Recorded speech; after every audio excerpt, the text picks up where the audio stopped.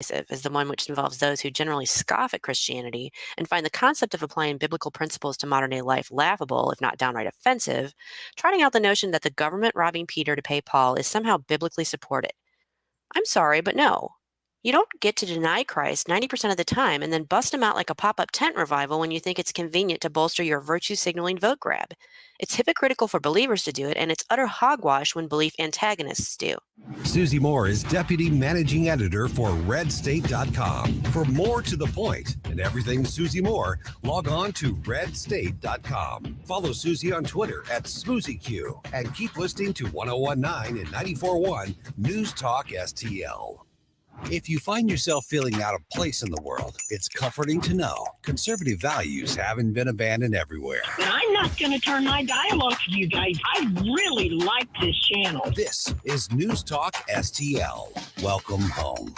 This hour of Jones and Arps is brought to you by Stifel. Contact your Stifel financial advisor at stifel.com. That's STIFEL.com.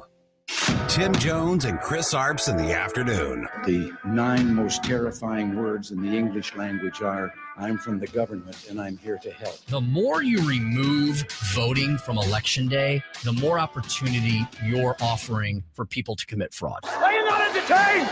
Are you not entertained? I think the Democrats are so short-sighted in this tactic they have now to just cheat at any cost to win elections. You're a lying dog-faced pony soldier. You said you were, but now you got to be honest. I'm going to be honest with you. What are we doing wrong here? As a former leader in the House, I think you can put your finger on it. It's called leadership. We don't have it. Tim Jones and Chris Arps.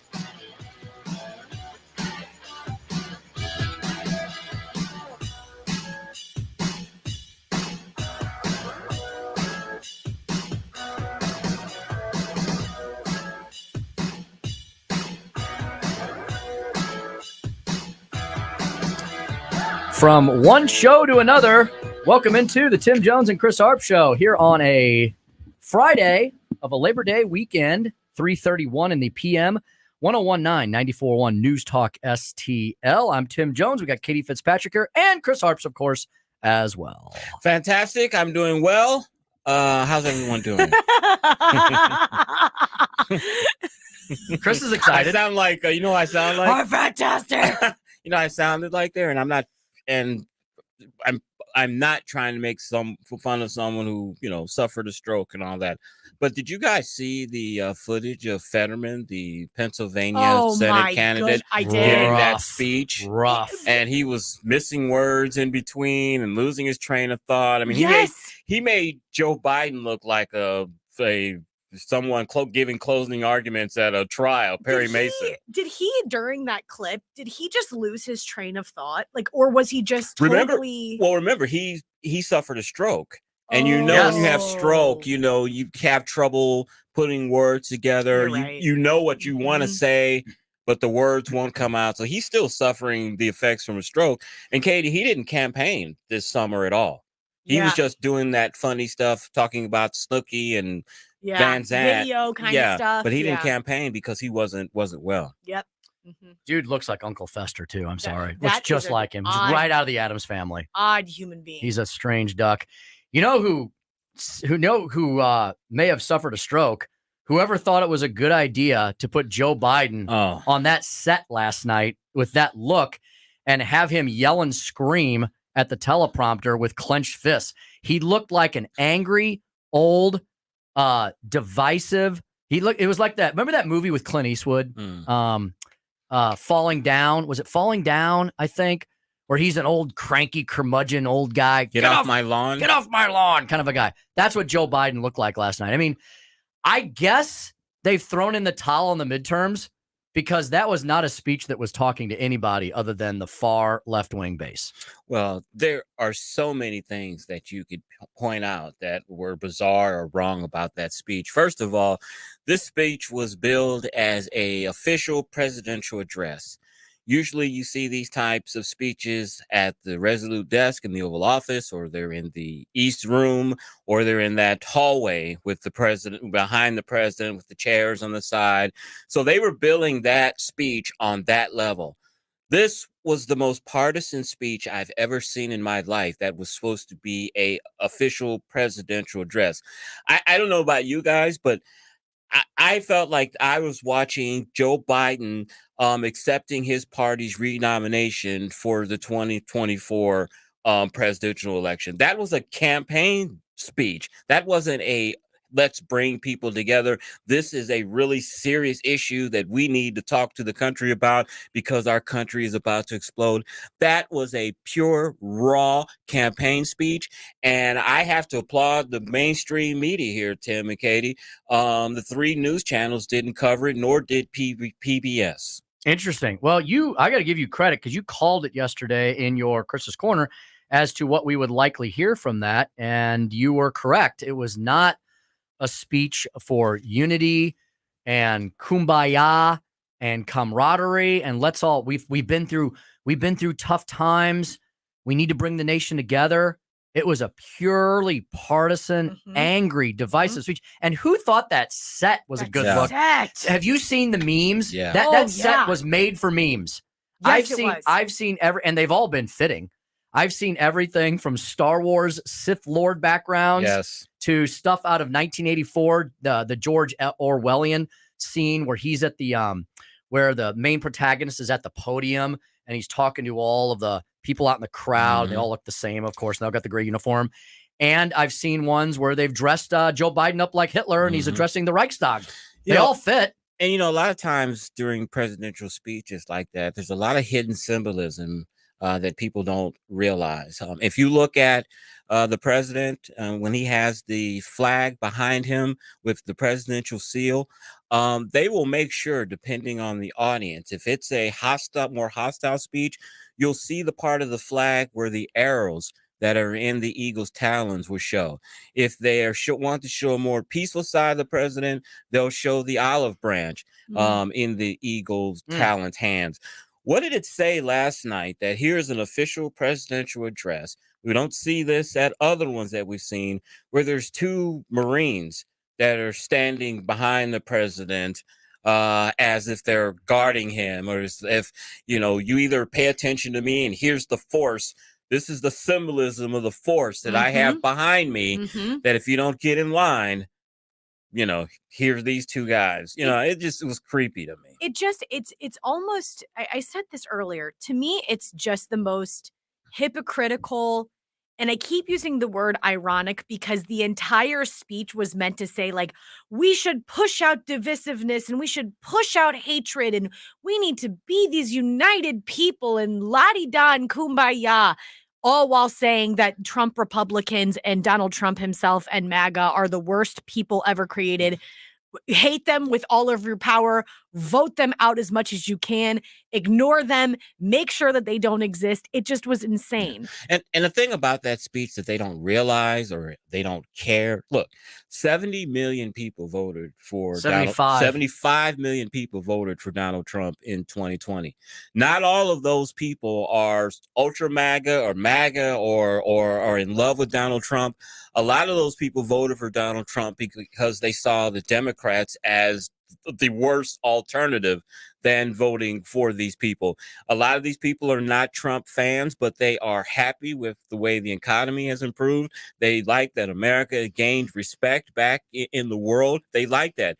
And I include myself in that. I don't make a distinction when the president says that MAGA or ultra MAGA, Donald Trump people or whatever are fascists. He's talking to me. All I hear is Republican. Yeah, he's talking, all I hear. There's no distinction between, he tries to make the distinction. No, I'm only talking about the ultra MAGA. No, anybody that voted for Donald Trump, you're calling them quote unquote semi-fascist. That's how I see it. And I think millions of those 75 million see it the same way.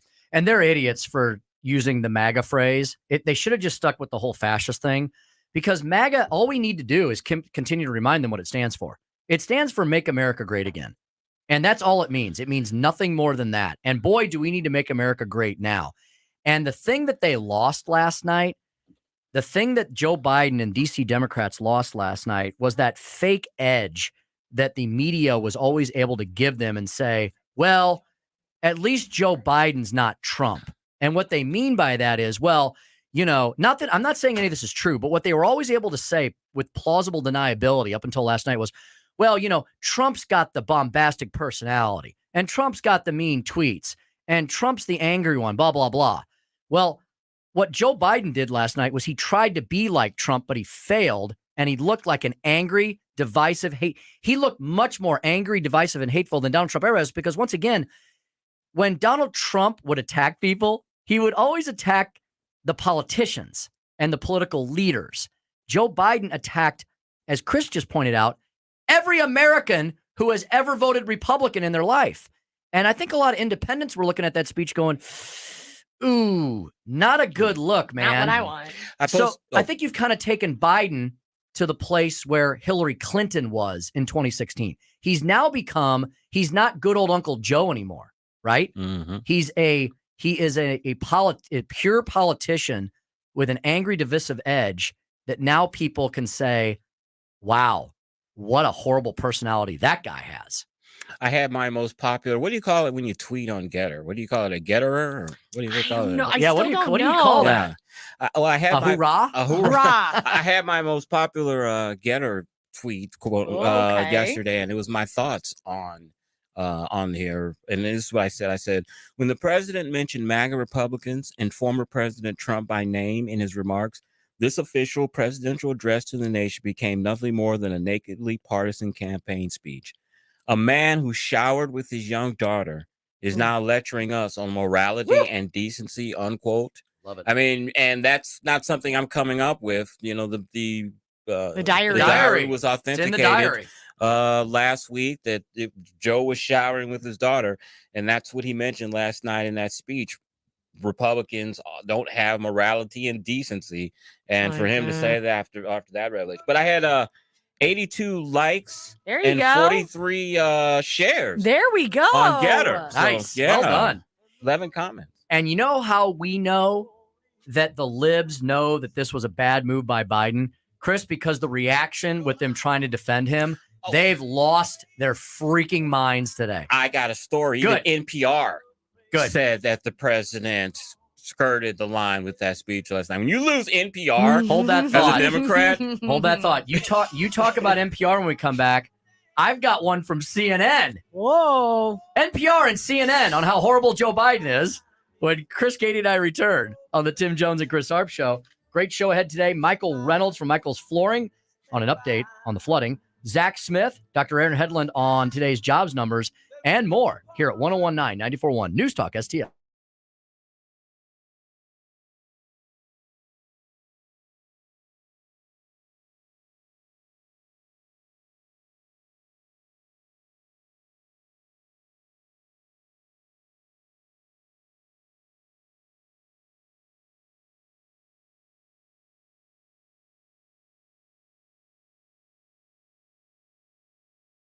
From the Michael's Flooring Outlet Traffic Center. This report is sponsored by Blindster. Do you need new blinds or shades? Blindster.com offers custom-made blind shades and shutters shipped directly to you at prices less than big box retailers. Visit Blindster now through September 8th. Save 50% off any order during their Labor Day sale. Blindster.com.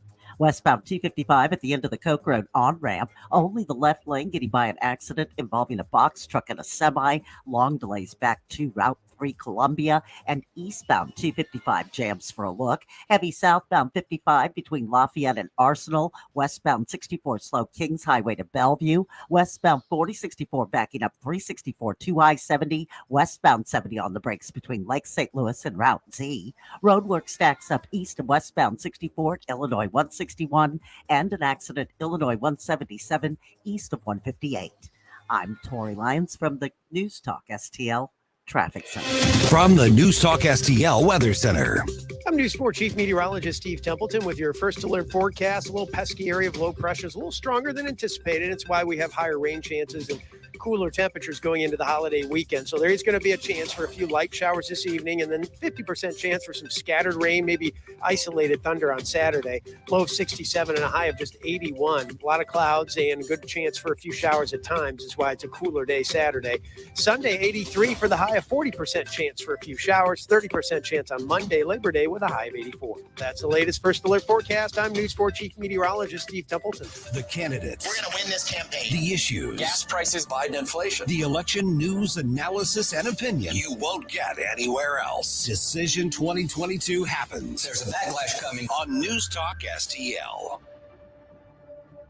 Is your portfolio prepared for the biggest risks facing investors today? Hi, it's Tim Jones. High inflation, low interest rates, and a rapidly changing economy may impact your investments. If you haven't made appropriate changes, your portfolio may not be positioned to address some of the biggest risks in today's economy. That means it's time to request your free portfolio review from the ClearPath Wealth Management Group at Stifel. You can hear their latest views on the markets and investing during On the Money, hosted by Stifel financial advisors Bob Stockdale and Eric Robert, every Saturday morning at 9 a.m. on News Talk STL 101.9. They can help you get organized, guide you through critical retirement decisions, and create a portfolio designed around your needs. To schedule your free portfolio review, go to clearpathinvesting.com. That's clearpathinvesting.com, or call 636-695-2650. That's clearpathinvesting.com, 636-695-2650. Stifel Nicholas & Company Incorporated, member SIPC and NYSE. Since 2007, the state of Missouri and local governments have handed out almost $5 billion in tax subsidies or abatements to private developers. That money could have gone to basic services like schools and public safety. And studies show these subsidies don't produce the promised jobs and growth. If developers want to build a sports stadium or shopping mall, why should they be given our tax dollars to do it? It's time to reform economic development subsidies. The Show Me message has been brought to you by Show Me Institute and Show Me Opportunity. I'm so tired of my water smelling like rotten eggs, iron foul. It makes my clothes and home smell, and my sink and faucet look dirty. I'm calling Jones Air and Water Treatment for their solution to this pollution. Jones Air and Water Treatment has a solution to your pollution. Call now for your free water analysis at 636-899-1040 and live with clean, great-tasting water. That's 636-899-1040 or joneswater.com on the web. Call us now. Mike Ferguson in the morning. Hope you have a safe and fun Labor Day weekend. After that, final stretch into the midterm elections. We're all over the election coverage on the morning show. Mornings starting at 5:30 on News Talk STL. This hour of Jones and Arps is brought to you by Stifel. Contact your Stifel financial advisor at stifel.com. That's STIFEL.com.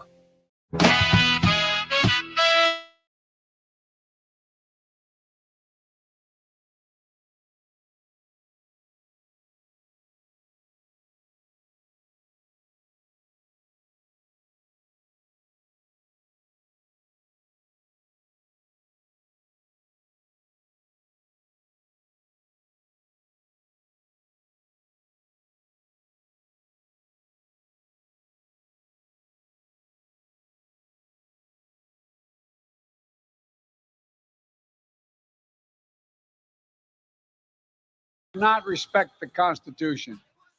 They do not believe in the rule of law. They do not recognize the will of the people. They refuse to accept the results of a free election. And they're working right now, as I speak, in state after state, to give power to decide elections in America to partisans and cronies, empowering election deniers to undermine democracy itself. I mean, do we just throw down the gauntlet of the Vic Porcelli exploit rule, the everything they say, the opposite is true rule? They were the masters of projection last night, right? I mean, do we need to run the 5 hours of tape of Democrats going back to the year 2000 with George Bush versus Al Gore, where they have not respected elections of presidents? I mean, Chris, there was a ton of Democrats who refused to go to Donald Trump's inauguration and that filed resolutions in the House saying that the election was not legitimate. And again, that was a campaign speech. That was something that you expect to see in the dog days of August in a presidential election year, or you see the president giving that type of speech in the midst of a campaign in the closing weeks. I mean, that wasn't an official presidential address at all. And I think all it did was divide people more than anything. And I'm sorry, I don't make a distinction when he talks about the MAGA Republicans don't believe in democracy and all of that. You're talking to me, Mr. President. Yes, I think you're exactly right. And I think it's because they can't discuss anything else as we head towards the campaign because they don't want to talk about their record over the last 2 years. Howard, how do you call the party not in power the fascists when you've been the party in power of the entire Congress and the White House for the last 20 months? How is the minority party the authoritarian party? Yeah. I don't understand how that works. Yeah, I think it's just part of an overall strategy that to paint Donald Trump and Donald Trump supporters as those that are threatening democracy, and that even though we're having some issues with our economy, we're passing all of this stuff to try to improve it, but you don't want these people back. I think that's what they're trying to highlight more than anything, to try to discourage support for President Trump in the upcoming primaries and in a general election. Bingo. I know it's Friday Fun Day for a lot of all y'all. You may be listening to us as you're heading out to the lake or to your favorite fishing hole or wherever you might be heading this weekend. So we'll try to liven it up at some point. But Joe Biden pretty much ruined everybody's life. Tried. I will say try, because we Americans can quickly move on and think of happier things. We've got Michael Reynolds coming up at 4:07. Going to get an update from Michael of Michael's Flooring Outlet, of course, huge sponsor of this station. We thank him so much for that. An update on all of his stores and everything around his communities in our region after all the flooding from a few weeks back. Zach Smith, I'll tell you what, that Zach Smith's a hardworking young man. He's going to be calling in with us here at 4:25 to talk about some of these legal issues that we've been discussing this week. Dr. Aaron Hedlund on today's jobs report from August, and so much more. We got a bunch of callers on the line. Let's see if we can get to them before we get to the top of the hour here. Eric has been waiting patiently. Eric, good afternoon. Welcome to the Tim Jones and Chris Arps Show. You're on the air. Go right ahead. Oh, Eric, are you there? Did we lose? You're going to check I'll put him on hold. Yep. You want to see if I can bring Dave in? Yep. Mm-hmm. Dave, good afternoon. Are you there? Hi, Dave. Good afternoon. There we As are. always, gentlemen. You know, I have to be a gentleman. Princess Katie, it's always good to hear you. And you two great guys. I hope you have a wonderful Labor Day weekend. You too. Don't overdo it. I'm planning on Overdo what? Overdo whatever you're gonna overdo, because we're all gonna overdo it. 12-ounce curls. Yeah. So there you go. Well, yeah. You know, I love the station. You guys are great. You're fantastic. But everybody, including the Italian guy, I can't think of his name. But anyway, you guys are all missing the point. Okay, and Speaker, I'm going to lay it on you, sir. Please do. Everyone else blames me for everything. Go right well, ahead. and you know what? Because you get blamed a lot at home because you live with women, and I feel your pain. But let me move forward. You know, this guy was lucid for over 20 minutes to spew all that BS. You guys didn't pat him on the back for that. That is true, Dave. It's true. He did read the speech that they prepared for him, I guess, because there's no way he did that off the cuff. Oh, absolutely. But you know how he would have ruined my weekend if he would have changed his narrative. He said exactly what we thought he was going to say. But like Vic says, you know, don't assume anything till after the vote is counted. True. Because I'm hoping and praying, because, you know, I think I got another 20, 25 years left on this planet. And it's scary if these morons, because look how much he screwed up stuff in 2 years. Yeah. Absolutely. Good point, sir. Dave, great points. Thank you. Thank you so much for your support. Don't overindulge. Oh, well, Sunday's going to be Monday's going to be a hangover day. Well, we can all afford it. Thank you, Dave. Thanks so much. And have a great weekend. Thank you, sir. You too. And Dave makes a great point. We should give a shout out to everyone in this country. We should thank everyone for whoever's working for a living, right? Because we know a lot of people aren't, and a lot of people haven't gone back to work. So thank you to everyone, whether you're a frontline worker, a laborer, whether you own a small business. anybody who's working and is employed and is not quiet quitting, we thank you for your labors. We really do. Exactly. It's what keeps America rolling. We lost Eric, but if Eric would like to call back or anybody else would like to chime in about Biden's bizarre speech last night, please give us a holler. 314-912-1019, 314-912-1019. Chris, you said that even those in the typically left-leaning media did not have a lot of positive things to say about Joe Biden's speech last night. And you had mentioned before the break that NPR had a touch of criticism for the president. The headline was Biden's speech walks a fine line in its attack on MAGA Republicans. And they basically said in the speech, they broke it down 3 different topics. One of them is they said this may have been a political speech, but that doesn't mean there aren't real threats. So they knew that they're saying basically that this crossed over the line, but there are so many threats out there that the president and the MAGA Republicans pose that it's okay to cross those norms. And they'll also say too, look, the president has destroyed so many norms that it's okay if we cross a few lines ourselves here. The threat is that serious. The New York Post and several other more sane publications have picked up on the fact that CNN, Chris, as well, 2 hosts on CNN dared to criticize the Biden speech last night. So guess what? They got massive blowback from the lunatic fringe. And it was 2 anchors. Well, it was an anchor and a commentator. Brianna Keeler. Oh, I saw that. Yeah. I got a tweet from her. Brianna Keeler, yes, had put a tweet out and said, whatever you think of this speech, the military is supposed to be apolitical. To your point you made earlier, Chris. Positioning Marines in uniform behind President Biden for a political speech flies in the face of that. It's wrong when Democrats do it. It's wrong when Republicans do it.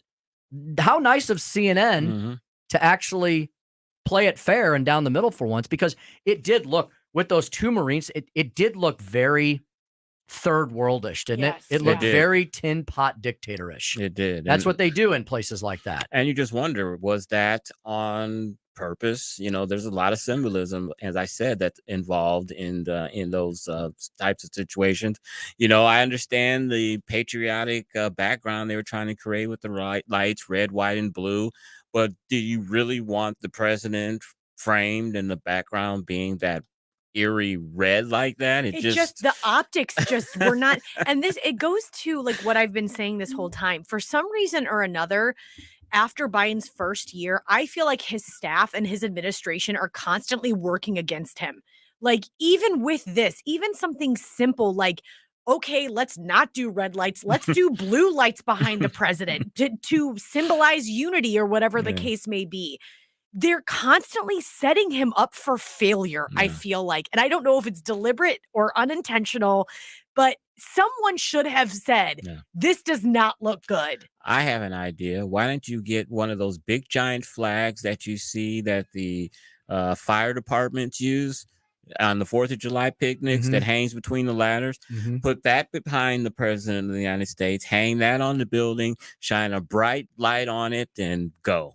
Right. Call it a day. I mean, that would have been so much Call better. it a day. With a white or blue background. Yeah, neutral colors. That's what they teach you in media school.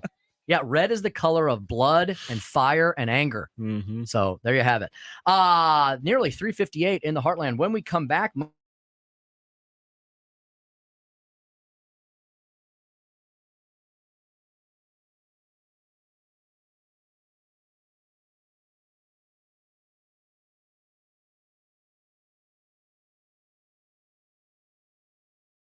Vision, never again. Mike Ferguson here for the Brenton Vision and my friends over there. The number is 314-375-2020. You can also learn more at brentonvision.com. Hey, this is the year. Get it done.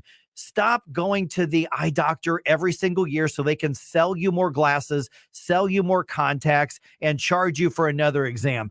Get laser vision correction surgery done just like I did. I had no idea how much it was going to change my life, and I wish I'd done it sooner. Once again, 314-375-2020.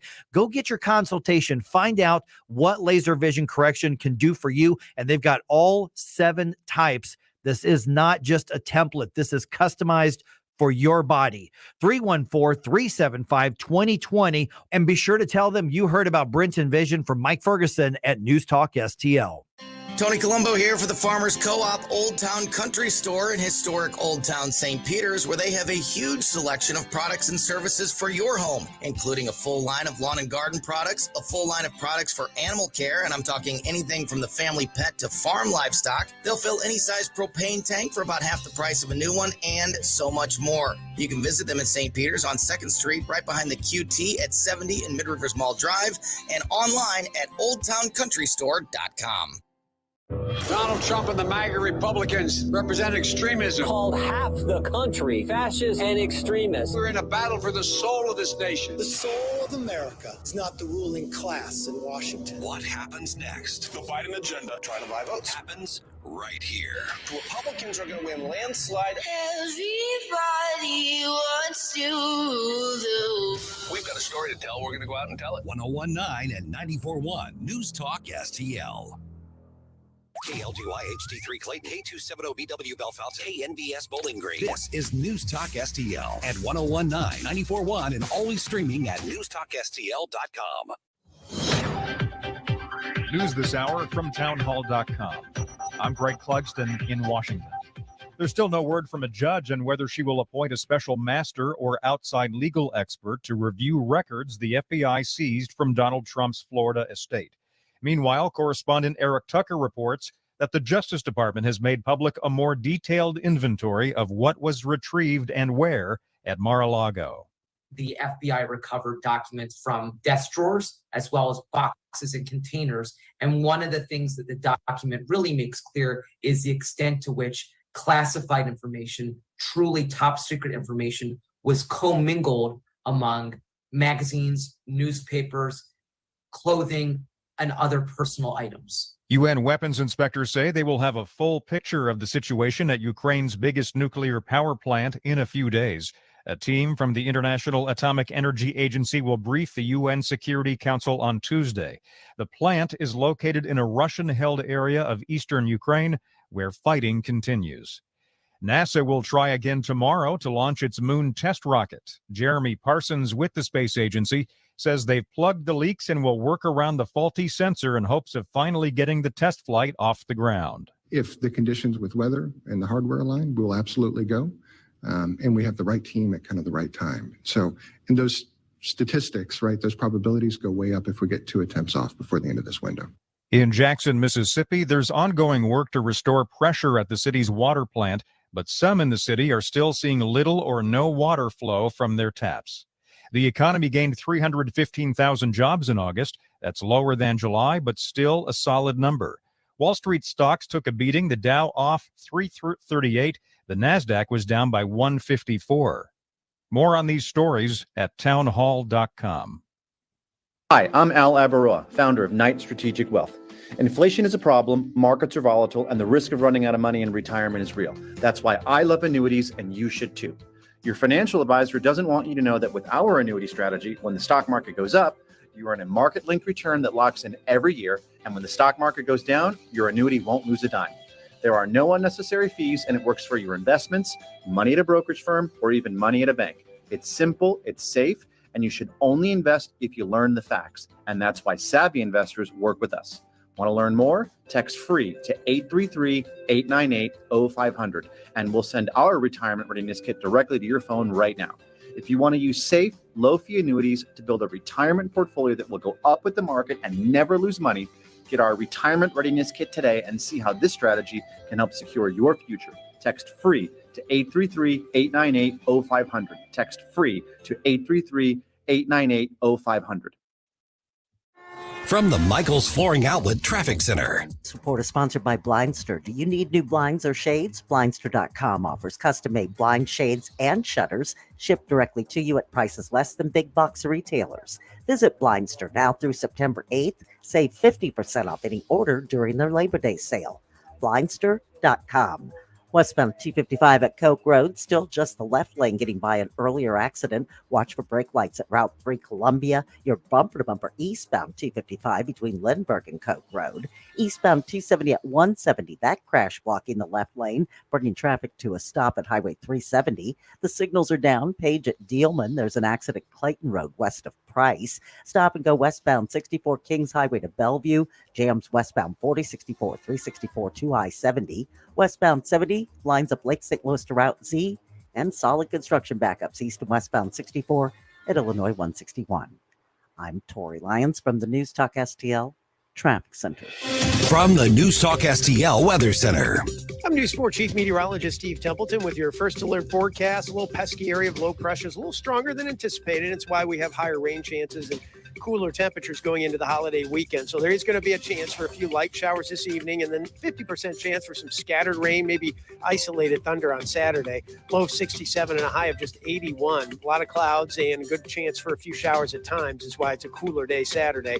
Sunday, 83 for the high of 40% chance for a few showers, 30% chance on Monday, Labor Day, with a high of 84. That's the latest first alert forecast. I'm News 4 Chief Meteorologist Steve Templeton. This hour of News Talk STL brought to you by All Solutions Pest Control, 636-486-7888, or visit them at allsolutionspestcontrol.com. If a pest-free home is your goal, call All Solutions Pest Control. News Talk STL is proud to have Doug Voss of Safe Money Radio as part of our lineup each week. Doug has been a staple on St. Louis radio for many years as one of the leading financial experts in the area. Doug and Safe Money Radio is on 3 times every weekend, but in case you miss anything, you can check it all out at DougVossSafeMoneyRadio.com or call 844-676-SAFE. That's 844-676-7233. Doug Voss is a registered representative. Securities offered through DHL Securities, LLLP. Member FINRA and SIPC. For $1 a day, if any covered appliance breaks in your home, we guarantee to fix or replace it. All makes and models, washers, dryers, refrigerators, air conditioners, and more. Guaranteed to be fixed or replaced for $1 a day. Call the Home Service Club now for free information. 800-399-3701. 800-399-3701. 800-399-3701. That's 800-399-3701. Hey, it's Katie reminding you to subscribe to our show podcast so you never miss anything that happens here at News Talk STL. Get our podcasts every day on the show pages at newstalkstl.com, or just subscribe to your favorite shows on Spotify, Apple, Google, Amazon, or anywhere else you get your podcasts. Tim Jones and Chris Arps in the afternoon. The 9 most terrifying words in the English language are, I'm from the government and I'm here to help. The more you remove voting from Election Day, the more opportunity you're offering for people to commit fraud. Are you not entertained? Are you not entertained? I think the Democrats are so short-sighted in this tactic they have now to just cheat at any cost to win elections. You're a lying dog-faced pony soldier. You said you were, but now you got to be honest. I'm going to be honest with you. What are we doing wrong here? As a former leader in the House, I think you can put your finger on it. It's called leadership. We don't have it. Tim Jones and Chris Arps.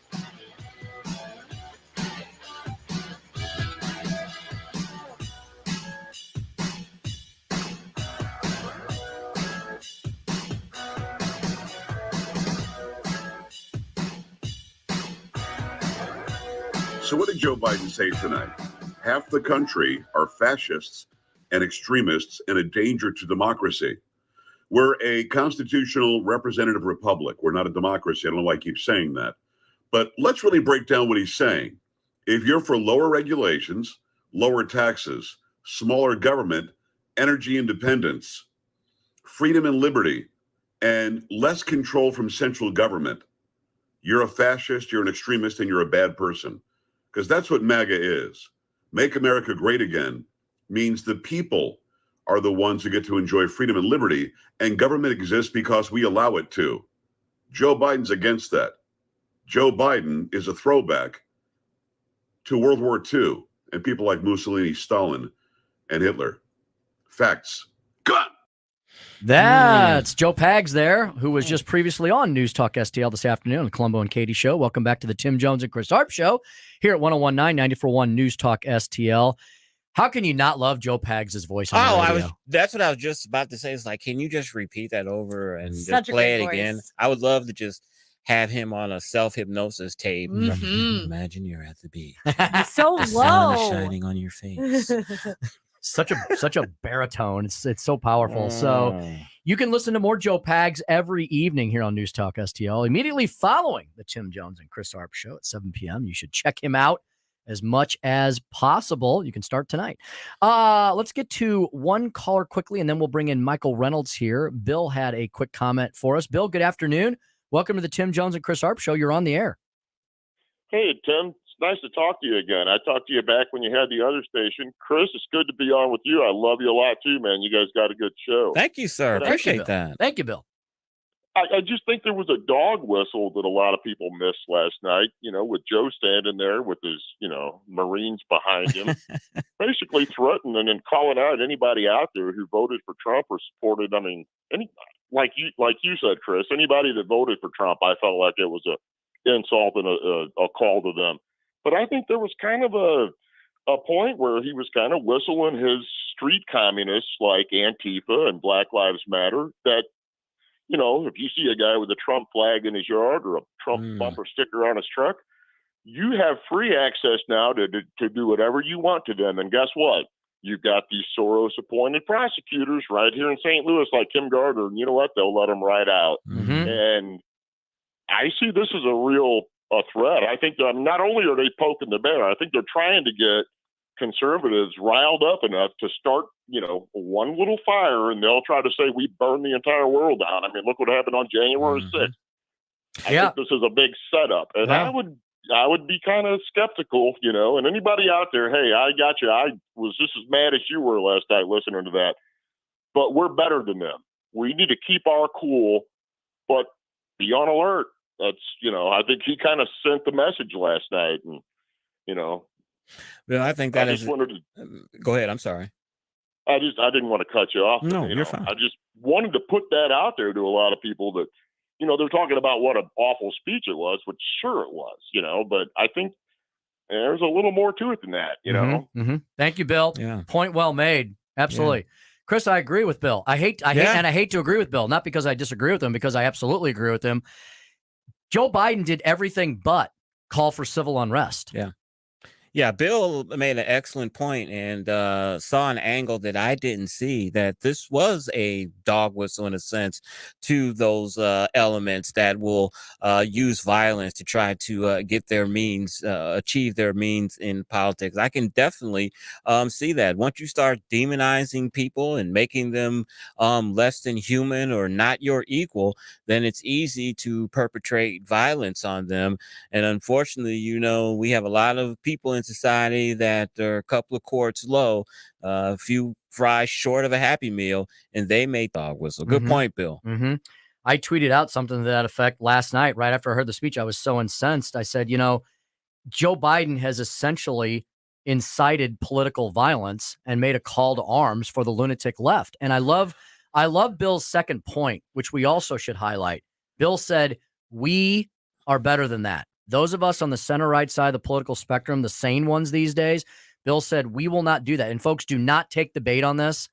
Do not act in such a fashion, right? So let's all speak at the ballot box. Let's make a huge statement at the ballot box this November. Yeah, and Bill, I want to thank you also. You helped me segue into what the topic of Chris's Corner is today.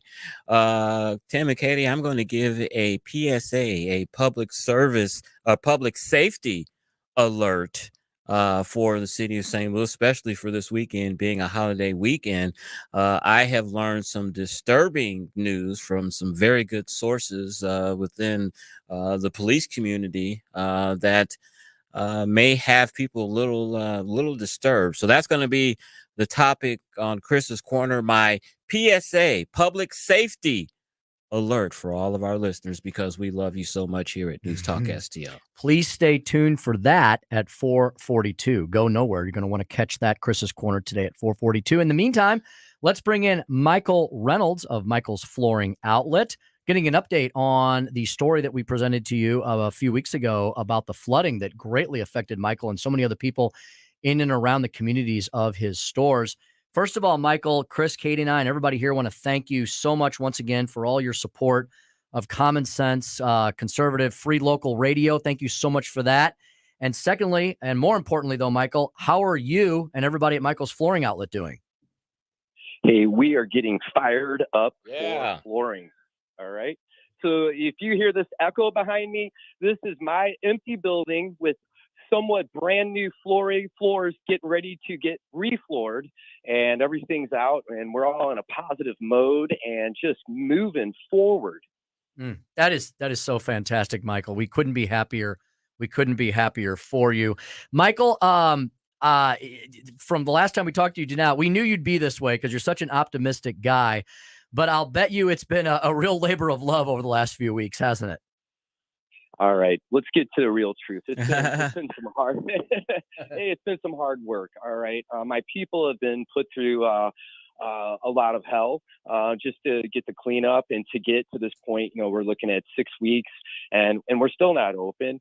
We have some loyal customers out there. Thank you, customers who are visiting our Olive location in Creve Coeur, and things are doing that. But we're still missing business here, because we don't have a store here. We have our warehouse that's been operating since we got it all going, but we don't have the front end part. But we're moving forward. Things could be worse, but like I said, we're getting floored ourselves, and like I said, we got it all painted and drywalled, and people's attitudes are picking up because they see some progress, and what else can you do, right? Move forward. Michael, sometimes during the worst situations is when you will have the biggest opportunities. The recent flooding caused a lot of damage to a lot of houses, a lot of furniture, a lot of things. Because of that, have you seen an uptick in your business with people needing new flooring and carpet? Hey, that's a super great question. In my business, not really, because I'm down a store, so the people where they got flooded, at least in my location, I'm getting some of that business, but they can't, there are other stores, Sure.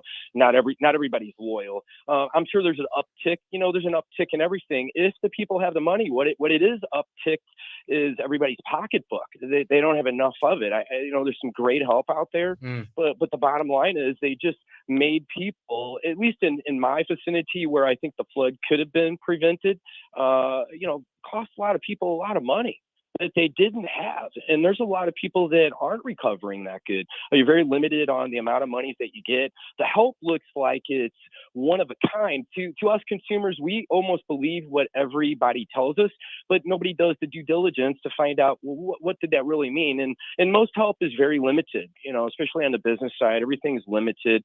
And being a consumer, a residential, or your own personal house, you're still limited to what is out there, the resources.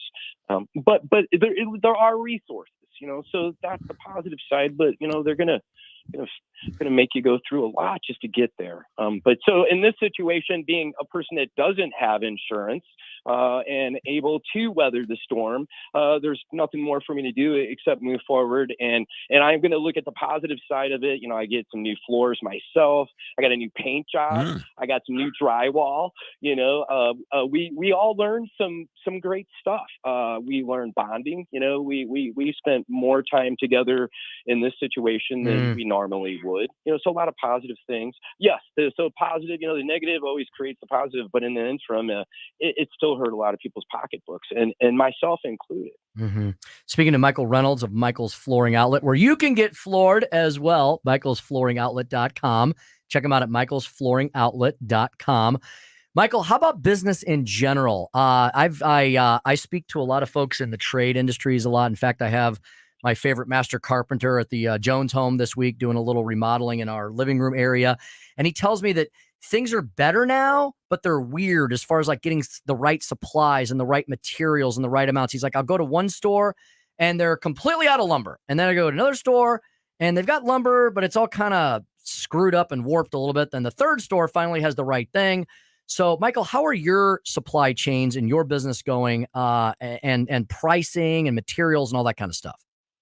Well, everything is what you said, and all of us flooring stores, we're all great places, and technically we're all buying from the same people anyway, so we all are bearing the same problems. But there's always a substitute, right? You know what I'm saying? And a lot of the products that are substituted are the chemical products, adhesives, and a lot of the flooring it comes from China. I mean, we flooring is about China just as much as toys and everything else that we love and live on, because we almost kind of can't produce it the same way that they can, whether it's controlled by pollutants, but they are, making advances and bringing a lot of the products that are made in China and bringing them into the U.S. to make. But what gets the problem with bringing a product in the U.S. is you're outpriced. The person that's doing that job costs more and it's still outpriced. So we're kind of going to outprice ourselves almost by buying American. And as you can tell in the world today, that's why we get substitutes from everywhere else but America, because it can almost be done better and less. But we've created that, so you can't stop it now. So all you can do right now is to roll with it and work around it, work with it. But products are happening. Like I said, the chemical products, adhesives, but there's always another adhesive out there. When you shut the world down, this is what you create. And when you vote in a president that really, let's say, I don't know who we voted in, but that's just my own personal opinion, like it or not. But I can tell you 3 years ago, my 401k was rocking and I could afford to go anywhere and not even think twice about driving there. So if America today loves their 401ks being lousy and paying the price of gas, continue to get involved and be involved in what's going on and try to take a part and do the right thing. Michael, we got a couple of minutes left. I want to ask you, what is your hot seller right now? And I got to ask, any Labor Day sales coming up? Oh yeah. Hey, we have sales all the time.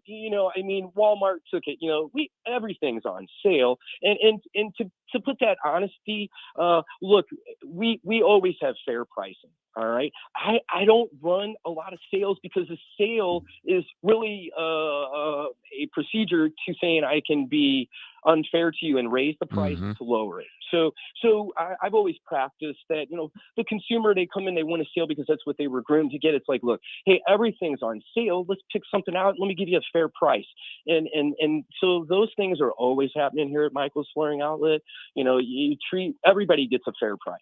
All right. Excellent. It's a sale. If you want to call it a sale, it's a sale. But what the hot item is what I'd like to see people is getting it back into hardwood and getting away from a lot of these vinyl China products. Because they're creating a lot of problems at the end and within the industry because they're so new, and then it only takes about 10 years, and then the consumer is really replacing their floors with a product that they thought was quote waterproof because that's how it was built, but it's really not waterproof, and really all it is doing is getting you to replace a floor. You should have went with real wood, something like that to hold value. I mean, as we've all grown up, there's homes that still have the same hardwood in it that we went in and scratched up when we were kids. But right now we're replacing a lot of the, what I'm going to say, fake floors.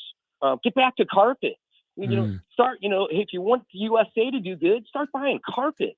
Carpet's the only thing still made in the United States of America and still produced by the great state of Florida and other great states around here. But if you really want to help the world, stop buying all these foreign plastic products, because that's what you don't want. Again, my opinion, but I guarantee I'm at least half right. So start buying carpet.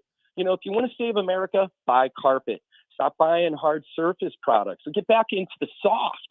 That's all we're wanting anyway. So we buy hardwood floors to buy an area rug, and so now you're laying on it, and it doesn't feel good. So let's get back into buying some carpet, and it's one of the greatest dust protectors out there. Carpet's like a filter; it sifts underneath. But where if you have a hard surface floor, all those little dust bunnies are floating around on top. It's the worst thing around. So most of the consumers that come in here that they're worried about their allergies, will buy carpet. The hard surface just allows all that stuff to float around. So, I could go on, but we're going to try to sell you the floor that you want. All right. And we're going to try to tweak it enough to get you to understand that, hey, these are the experiences that we went and seen with current customers. But in the end, you're ultimately going to make that final choice, whether it's a good one or a bad one. Thank you very much, Michael. We're so glad. And we know you have a lot more work to do, but we're so glad you made such awesome progress. And again, thank you so much for your support of us here at News Talk STL. We couldn't be on the air without small business owners like yourself. Thank you, Michael, and best of luck to you, sir. Yeah, thanks everybody, and come see us. We floor.com. Yeah, absolutely. michaelsflooringoutlet.com. I got floor.com. Michael, we'll talk to you again soon. Thank you. All right, there he goes. All right, man, guy's got a lot of energy, man. I'm sure he's made a lot of progress. Oh, yeah, I'm sure of it. Go to michaelsflooringoutlet.com, folks. Let's support our small business owners. They go through so much that we don't even realize, and there's no federal government bailout or handout for them, it seems, ever. Zach Smith, legal fellow at the Heritage Foundation, going to talk to us about all these legal issues we've been discussing this week, from the Mar-a-Lago raid to the search warrant to the documents left on the, quote, on the floor, and more when we come back on the Tim Jones and Chris Arps Show at 1019 94.1 News Talk STL.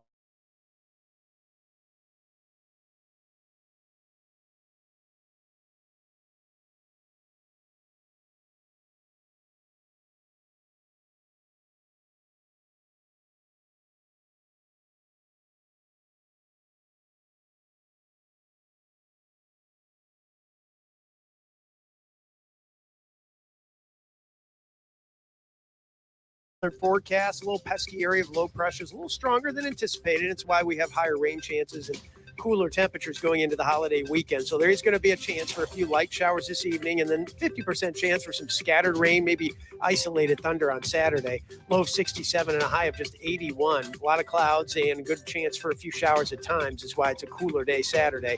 Sunday, 83 for the high of 40% chance for a few showers, 30% chance on Monday, Labor Day, with a high of 84. That's the latest First Alert forecast. I'm News 4 Chief Meteorologist Steve Templeton. From the Michaels Flooring Outlet Traffic Center. This report is sponsored by Blindster. Do you want to save 50% on new blinds? Blindster.com offers custom-made blind shades and shutters shipped directly to you at prices less than big box retailers. Visit Blindster through September 8th. Save 50% off any order during their Labor Day sale. Blindster.com. They did wrap up that accident westbound 255 at Coke Road, but traffic still stacks up north of Route 3 Columbia, and that's because there's a vehicle fire in that backup. Eastbound 255, you're starting to move again into the JB Bridge. Southbound 270 at Page, a crash on the right shoulder, and then southbound 270 at Manchester, an accident blocking the two left lanes. Accident Clarkson at Baxter, the signals are out. Olive at Dealman. There's a crash westbound 64 at the Illinois Bank of the Poplar Street Bridge, and bumper to bumper westbound 4064 from 364 to I-70. I'm Tori Lyons from the News Talk STL.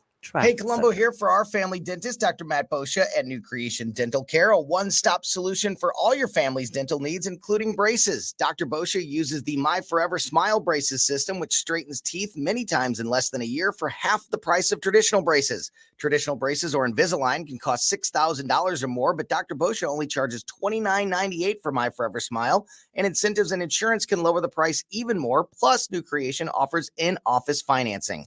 Learn more at newcreationdentalcare.com. Are you looking for the cheapest prices on car insurance? Then call the Cheap Car Insurance Hotline right now. Hey, you're guaranteed to save money on your car insurance. Most car insurances can be canceled at any time. That means if you find a better deal, you can switch right away. We're not just one company. We offer most of the major brands of car insurance. We're like a discount supermarket for car insurance. And it doesn't matter if you have a good record or a bad driving record. Our agents are experts at finding you the right car insurance for your needs. Our average customer saves hundreds of dollars a year when they call us to switch. So why don't you make this 100% free call right now and see how much you can save on your car insurance. Paid for by AIS Insurance. 800-721-5741. 800-721-5741. 800-721-5741. That's 800-721-5741.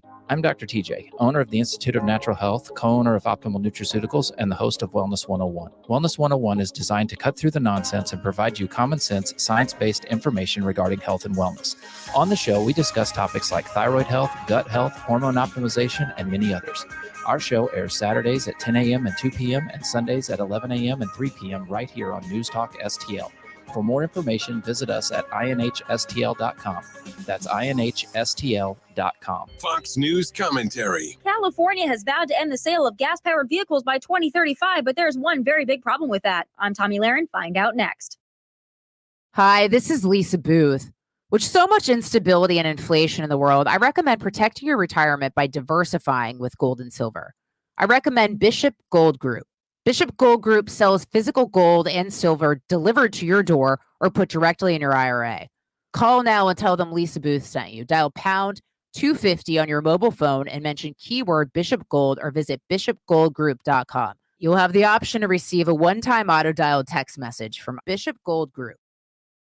It's one thing to be so green you decide to force your residents to buy only electric vehicles by 2035, but it's another when your electric grid can't even handle it in 2022. That's the case in California. Anticipating another hard-hitting heat wave, earlier this week, the California grid operator put out a warning asking residents to avoid charging their electric vehicles in an effort to conserve energy and avoid another rolling blackout. Folks, you just can't make this stuff up. How does a state with a $100 billion surplus have an energy grid that can't handle its residents? And worse, how does a state boast about a gas-powered car ban when they can't even keep up with the electric demand as it stands today? What are Californians supposed to do come 2035? Take the bus with all the homeless drug addicts with body parts hanging out? If you live in LA, you know exactly what I'm talking about. This is madness. This is ridiculous. This is California. I'm Tommy Lahren, and you can listen to all of my hot takes at foxnewscommentary.com. The news and talk. Unsecured borders. The MAGA Republicans are destroying America. I mean, are you kidding me? That matters to St. Louis. The Democrats, they're being exposed. A government that's held accountable. This is 101.9 and 94.1 News Talk STL.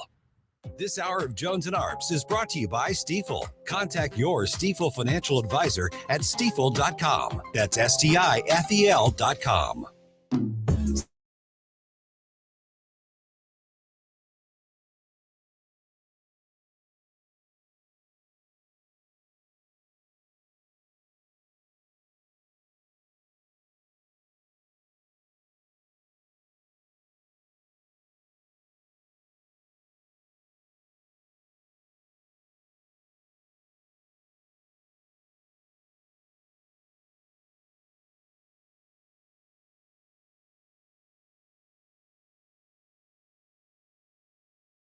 What sounded very much like a politically charged speech as an official White House event, taxpayer funded, with two Marines in uniform in particular flanking him and visible on camera throughout. So I'll take your first question. Look, the way we see it here, and I would argue the way many Americans across the country see it, is standing up for democracy is not political. What do you think about that answer, Chris Arps? So it's that the whole thing wasn't a political speech is basically what she's saying. They're denying that it was a political speech. Standing up for democracy is not political. So in a sense, they're kind of admitting that this political world was political, but it was for democracy. So it's okay then. So it's okay. Yeah. And I still don't know what they're talking about. And I don't know what they're talking about as far as Republicans. Are they still talking about January 6th? Because that's a poor excuse for that speech last night. You know what I mean? Yeah. Like we're still talking about that because otherwise, what have the Republicans done in the last 2 years that you think they're fascists about? Like, what have they done? And there's a lot of Republicans that look at January 6th and are like, that was really bad. There's a ton of Republicans. Right. 75% of Republicans are like, that was really bad. The actions of a couple hundred people, you're going to pin on 75 million Americans. Yes. When Democrats have contested elections as well. They absolutely have. Hillary Clinton basically took back her concession, later when she wrote her book, right? After she walked in the woods. Oh, yeah. Remember? Yeah. Let's see what our legal eagles thinks about that. Oh, it's all perfectly legal. You are out of order. You're out of order. You're out of order. The whole trial is out of order. Zach Smith, legal fellow with the Heritage Foundation. You know, I ask you a lot of predictions. Can you predict what the Supreme Court probably will do with this action? I'm sure he can, because he is our legal eagle, Zach Smith. makes us laugh every week, of the Heritage Foundation, heritage.org. Zach, it's our understanding that there is a law against elected officials using our U.S. military as political props. And I would presume, Zach, that when any politician gives a speech and spends the majority of it attacking the other political party in the country, that speech would therefore be considered political, and therefore they should not be commingling official business and political business. What do you think about that topic as regards Joe Biden's speech last night? Well, look, I think once again, you have a potential double standard at play, or at least the appearance of a double standard. We certainly heard a lot about Hatch Act violations. That's one of the laws that prohibits government officials from using their official resources for partisan political purposes. We heard many Trump administration officials who are accused of Hatch Act violations or were investigated for Hatch Act violations. But we haven't really heard the same about Biden administration officials, which is somewhat surprising, given that they appear to be engaging in this same type of conduct. And so, we've talked about, I know, the Mar-a-Lago raid, some of the problems with the upper echelons of the FBI, those sorts of issues as well. But I think this is potentially just another example of what so many Americans are frustrated about by this double standard that appears to depend whether you're on the, quote, correct side of the political spectrum. Zach, many political observers and legal experts like yourself have said that the president's executive order wiping out $10,000 worth of student debt is illegal. But this may pass anyway because what I've been hearing is there may not be anyone withstanding in order to challenge this in court. Explain to us what this is all about, please. Sure. No, so that's a great question, Chris. You're absolutely correct. I think on the merits, this issue is likely, is likely to be struck down, if not at the trial court level, then certainly if it goes up on appeal. But what you're talking about standing is just the idea that someone has the ability, the legal right to bring suit. And so typically one of the issues that you have to show to have standing to bring a lawsuit is you have to show you've been harmed in some way. You have to show you have suffered a harm.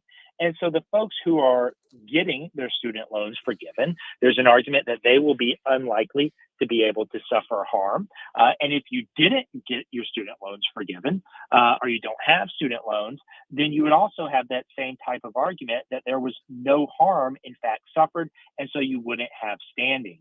I suspect, this will be an argument that's brought up in any lawsuit or litigation that's brought.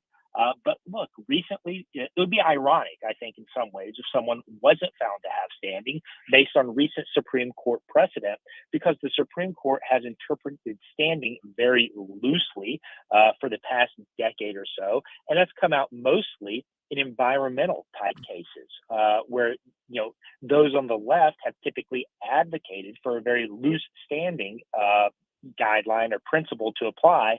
And so again, it's somewhat ironic that now, those on the left who have in the past advocated for very broad standing, very broad ability for individuals to bring a lawsuit, that they're now seeking to restrict access to the courthouse. So again, maybe this can be a double standard Friday.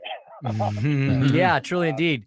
Yeah, that's a great question by Chris, Zach, because someone brought that very same issue up to me, coincidentally enough, kind of bizarre, kind of an esoteric issue, but someone brought that up to me and said, Tim, what about, so Zach, here in the state of Missouri, and I bet a lot of states have this as well, we have a quasi-governmental agency called MOHELA, the Missouri Higher Education Loan Authority. So it's the state-based loan authority that actually administers a lot of these federal loans.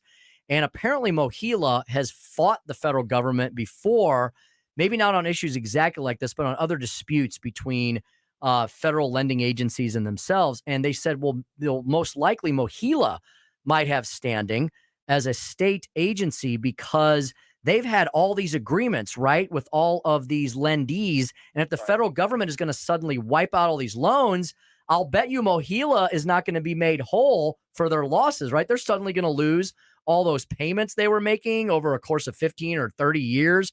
So maybe like a state authority, Zach. I don't know if that makes any sense or not, or if we're onto something possibly here.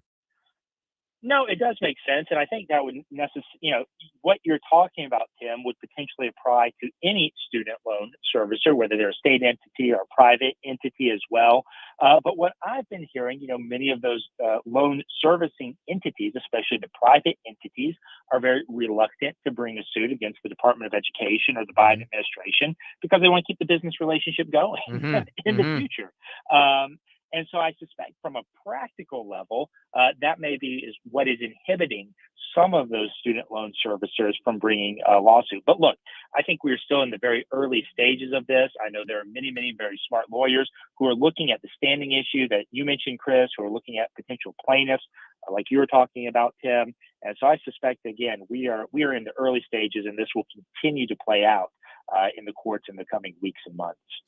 Zach, we've learned after the FBI raid on Mar-a-Lago that some of the documents that were taken were apparently attorney privilege documents. The president has called for a quote unquote special master to be appointed in order to sort out those documents. Is the special master someone that has to be agreed to by the government and Trump? And give us a short primer on what exactly is a special master. Sure. So it doesn't look like the special master is going to be appointed in this case. But basically, a special master is someone who's appointed by a court. It's an independent third party that works for the court that is tasked essentially with reviewing documents that the government sees. And they're reviewing them in most cases to make sure that no attorney-client privileged information is improperly given or reviewed to the government. You see this a lot of times if an attorney is accused of committing a crime and a search warrant is executed at an attorney's office. Often a special master will be appointed to go through that attorney's files. That way, only the relevant information to a criminal investigation is turned over to the government, and all of those other very sensitive privileged documents are not. Now, what the FBI said in this case, they said, well, a special master, an independent third party, isn't necessary because we've essentially done the same thing internally. We've set up what's called a taint team. A taint team is just a separate set of FBI agents, other DOJ lawyers and employees who go through the documents and make that same type of review that a special master would. And then if they find documents they believe are privileged or not subject to be reviewed by the investigative team, the agents who are investigating the crime or who executed the search warrant, they'll either go to the court or they'll go to the target of the investigation or their attorneys and try to reach some type of agreement. Now, the main difference, obviously, is the taint team members actually work for the DOJ. They still work for the FBI. They're not technically an independent third party, but you also see that type of review set up a lot as well when there's an expectation that sensitive type documents might be seized. So a lot of very interesting issues surrounding this search warrant. I know we've talked about before how this is really unprecedented in so many ways, but in terms of special master, taint team, those are fairly well-established procedures that certainly every court, every FBI agent, DOJ lawyer would likely be familiar with. Speaking to Zach Smith of the Heritage Foundation, heritage.org at TZ Smith. Zach, if they proceed against Donald Trump for obstruction of justice only, is it arguable that the DOJ never had a real case against Donald Trump for anything related to the substance of the documents, and they simply built a case against him by acting like they were working with the Trump legal team for the last 19 months? They found out there was nothing nefarious about the actual documents themselves, because it seems like all subject matter conversation relating to the documents themselves has kind of melted away and gone away. And the only thing we're focused on now is a potential process crime violation of obstruction of justice. What say you about that? Yeah, I think that's certainly the argument you're going to hear from Trump and his legal team if that type of prosecution does proceed. And I think based on what we're seeing in the public filings by the Justice Department, if I were on Donald Trump's legal team, that would certainly be the type of prosecution I would be most worried about. And there are a couple of reasons for that. Just as a practical matter, by focusing solely on the obstruction charge, the Department of Justice would avoid many of the very thorny legal issues surrounding declassification or declassification of documents. The president has unilateral authority to declassify documents or classify them. There's no, required process. The best practice is to have a process, but there's no required process. And so they'd avoid some of those factual issues, some of those very complicated constitutional legal questions. Whenever there's a national security prosecution involving classified documents, you often also get into problems with, how do you prove the case without revealing very sensitive intelligence? And so by focusing solely on this obstruction charge, the DOJ would avoid many of those types of issues. But again, I think a lot of Americans are very weary of that type of prosecution, again, based in part on the FBI's past problematic conduct. I mean, think back to Michael Flynn. He was being investigated for a potential crime under a statute that hadn't been enforced for literally almost 100 years. And yet he was ultimately charged with perjury. And so to many Americans, that was like a perjury trap. And I suspect you would see those same types of concerns being present here, too, if only the obstruction of justice charge were to go forward. TZ Smith on Twitter, heritage.org. Zach, thanks so much for joining us today. Ooh, feel like a first-year law student today. Thank you, Zach. That was heavy Appreciate that. stuff. That was intense. Zach, Good we want stuff. you to rest on Labor Day weekend. Professor. Of course. I hope you guys both have a great Labor Day, and You I'll too. talk to you next week. Thank you, my friend. Thank you very much, Zach. Have a great one indeed. When we come back, Chris's Corner, a public safety announcement Yes. regarding the city of St. Louis. And the metro area, really. Stay tuned for that. You do not want to miss it. It's up next here on the Tim Jones and Chris Arps Show, 101.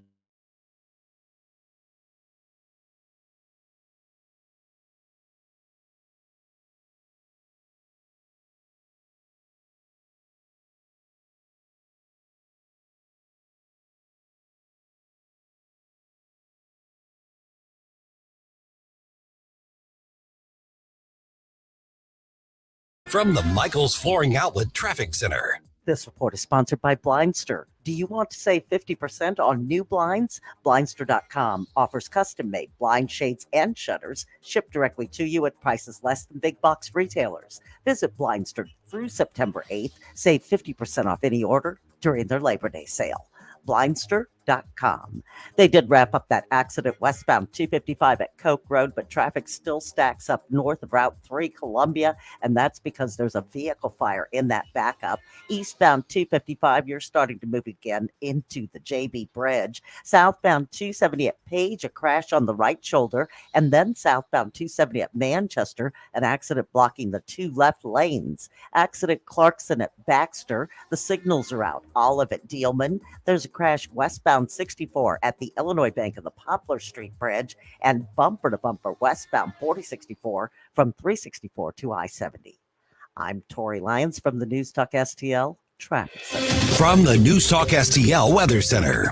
I'm News 4 Chief Meteorologist Steve Templeton with your first alert forecast. A little pesky area of low pressure is a little stronger than anticipated. It's why we have higher rain chances and cooler temperatures going into the holiday weekend. So there is going to be a chance for a few light showers this evening, and then 50% chance for some scattered rain, maybe isolated thunder on Saturday. Low of 67 and a high of just 81. A lot of clouds and good chance for a few showers at times. That's why it's a cooler day Saturday. Sunday, 83 for the high of 40% chance for a few showers. 30% chance on Monday, Labor Day, with a high of 84. That's the latest first alert forecast. I'm News 4 Chief Meteorologist Steve Templeton. So many ways to listen to News Talk STL. Join the conversation. All you have to do is say, Hey Alexa, play News Talk STL. Welcome to News Talk STL, conservative talk radio for St. Louis. Have you been floored? Not until you've gone to Michael's Flooring Outlet. They've been a locally owned and operated family business for more than 28 years. You want variety? Michael's has carpet, hardwood, laminate, ceramic tile, luxury vinyl, natural stone, and many other options. Save money and get quality at Michael's. Plus, your installation will be done right the first time when you hire the experts at Michael's. You can shop in store at one of their 3 convenient locations or shop from home. Check out everything that Michael's has to offer at igotfloored.com. If you're considering an annuity as part of your retirement plan, we need to talk. Hi, I'm Bob Stockdale, Senior Vice President Investments with the ClearPath Wealth Management Group at Stifel, and host of On the Money Saturday mornings at 9 on News Talk STL 1019. Annuities can be a useful tool for some retirement investors, but not all annuities are created equal. Every week, we meet clients who own complex annuities that don't suit their needs and, in some cases, actively undermine their retirement plan. Before you purchase an annuity, get a second opinion from the ClearPath Wealth Management Group at Stifel. Requesting a consultation is free of charge. To request a free consultation, contact us at clearpathinvesting.com. That's clearpathinvesting.com, or call us at 636-695-2650. That's clearpathinvesting.com or 636-695-2650. Stifel Nicholas and Company Incorporated, member NYSE and SIPC. Start a podcast for your business today with Epic STL Podcasts. Engage existing and potential customers, build trust in your brand, and drive traffic to your business. Log on to newstalkstl.com and click on the Epic STL Podcast button to learn more. The Vic Porcelli Show. Hey, we got the day off Monday. Enjoy your Labor Day. We got a best of show coming. And then Tuesday at 10:05, we'll ask Nick Schroer about the postponement of the special legislative session. Weekday mornings at 9 on News Talk STL. This hour of Jones and Arps is brought to you by Stifel. Contact your Stifel financial advisor at stifel.com. That's STIFEL.com.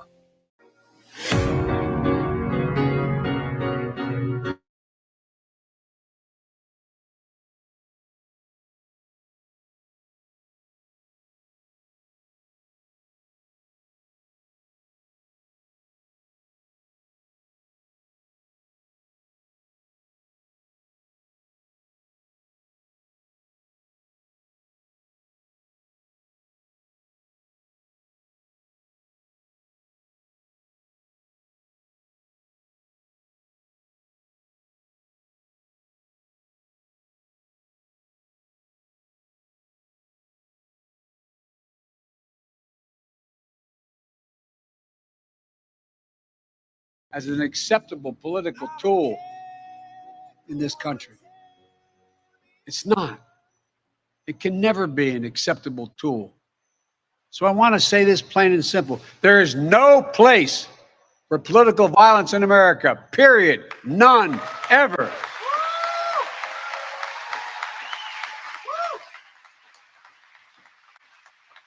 We saw law enforcement brutally attacked on January the 6th.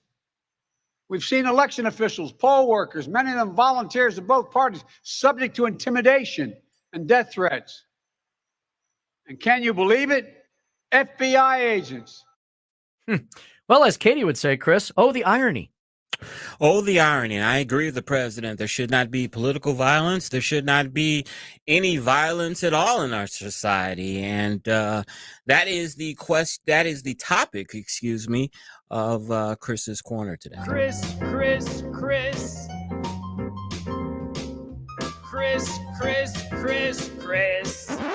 The whole thing is a joke.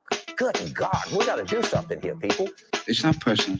It's strictly business. My favorite black leader of all time is Frederick Douglass, who asked after emancipation, well, we just freed the blacks, now what are we going to do with them? And his answer was, leave us alone. And if you don't know, now you know. And now, Chris's Corner. You know, as I alluded to earlier, that today's Chris's Corner is going to be a public safety alert.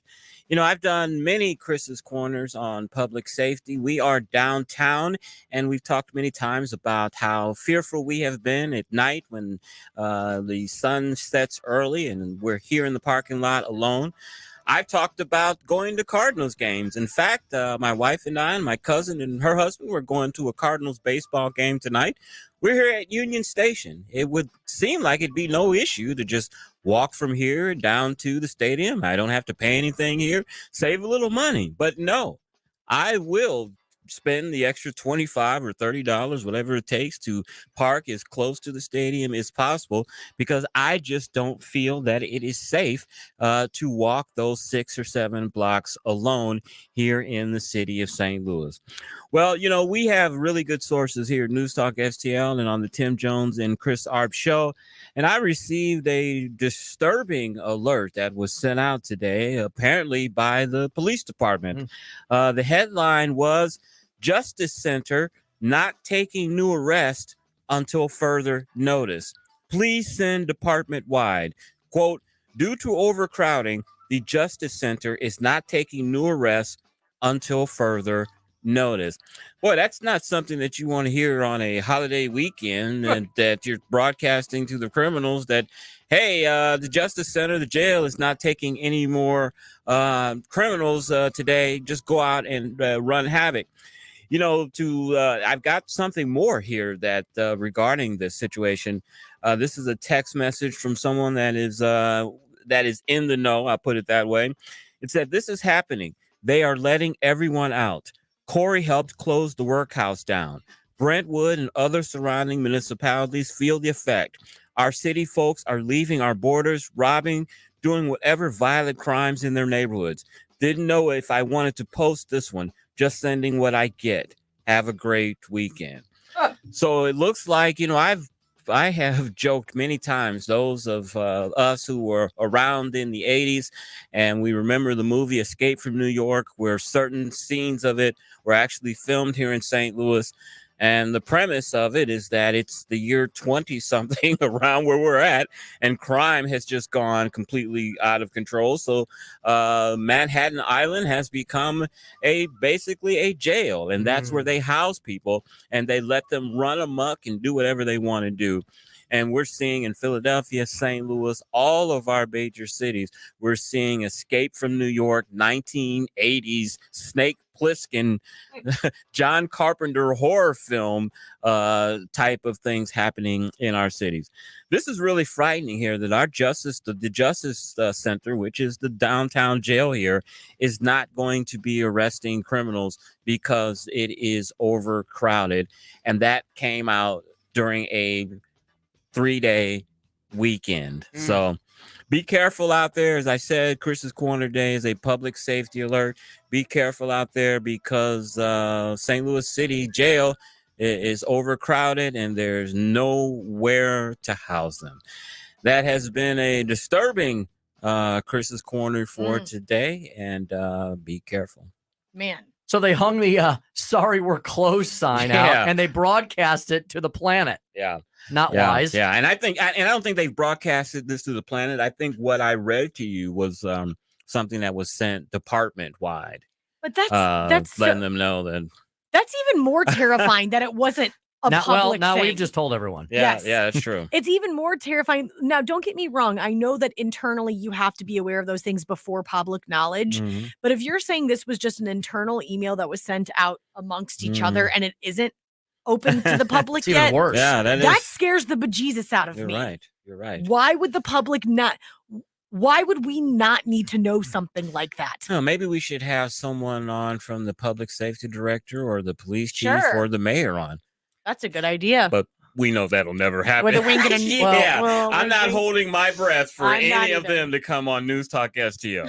And doesn't this just exemplify the major and primary problem with the city of St. Louis? They've got to get a handle on the crime situation, they do. or nothing else is going to matter, right? Yeah. People will come down here for an event or something, but they're not hanging around. Well, I was just thinking on my way into work because I took 70 today, and I passed by the St. Patrick's Center on my way in from 70. And I was thinking, for some odd reason, like, what if someone just came up to my window and decided to shatter the glass and try to rob me, because whether they be homeless or a criminal or whatever the case may be, by the St. Patrick's Center, thank God for the St. Patrick's Center. But by it, that is a very crime-ridden, scandalous area. It's just nasty. And when I think about that, I'm pregnant, I'm 29. Yeah. What would happen? What would happen to that criminal?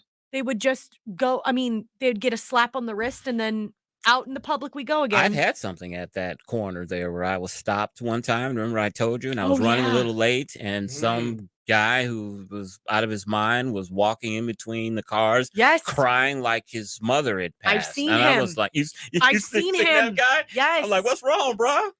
He'll go right up to the car. Yeah, and he's just right walking up in to the between car. cars, just crying. It's pretty intense. Remember when they had the riot down here, downtown, just a few blocks away, a year or two ago? Yes, and they were burning down that gas station. I left 7-Eleven, my too. radio show that Sunday night from the old place, turned the corner at 9:00 on a Sunday, pitch black, and I saw it all happen right in front of me. Oh my gosh, I Tim. made a right and I went the other way. I was Yep. like, I didn't know what was going on at the time, Mm. other than the fact there was like 50 police cars came out of nowhere, and I saw a fire in the distance. Oh Yeah. my gosh. Yeah. Terrifying. Found out later what was happening. 7-Eleven on fire. Fun stuff. Whew, Chris, great great safety announcement there. I'm going to ask whether the U.S. can become exceptional again when we come back. 1019-941 News Talk STL. Since 2007, the state of Missouri and local governments have handed out almost $5 billion in tax subsidies or abatements to private developers. That money could have gone to basic services like schools and public safety. And studies show these subsidies don't produce the promised jobs and growth. If developers want to build a sports stadium or shopping mall, why should they be given our tax dollars to do it? It's time to reform economic development subsidies. The Show Me message has been brought to you by Show Me Institute and Show Me Opportunity. The Vic Porcelli Show. Good morning, Karen Cataline. How are you? Hey, good morning, Vic Porcelli. One more thing about the raid, and then we'll move on. They said that Biden did not know about the raid. Wait a minute, you two. Stop it, both of you. He didn't know about the raid. That doesn't mean they didn't tell him about the raid. He just forgot. He forgot. There you go. Vic Porcelli, weekday mornings at 9 on News Talk STL. Hey, so what's a great way to spread awareness that driving high is illegal everywhere? A catchy song, of course.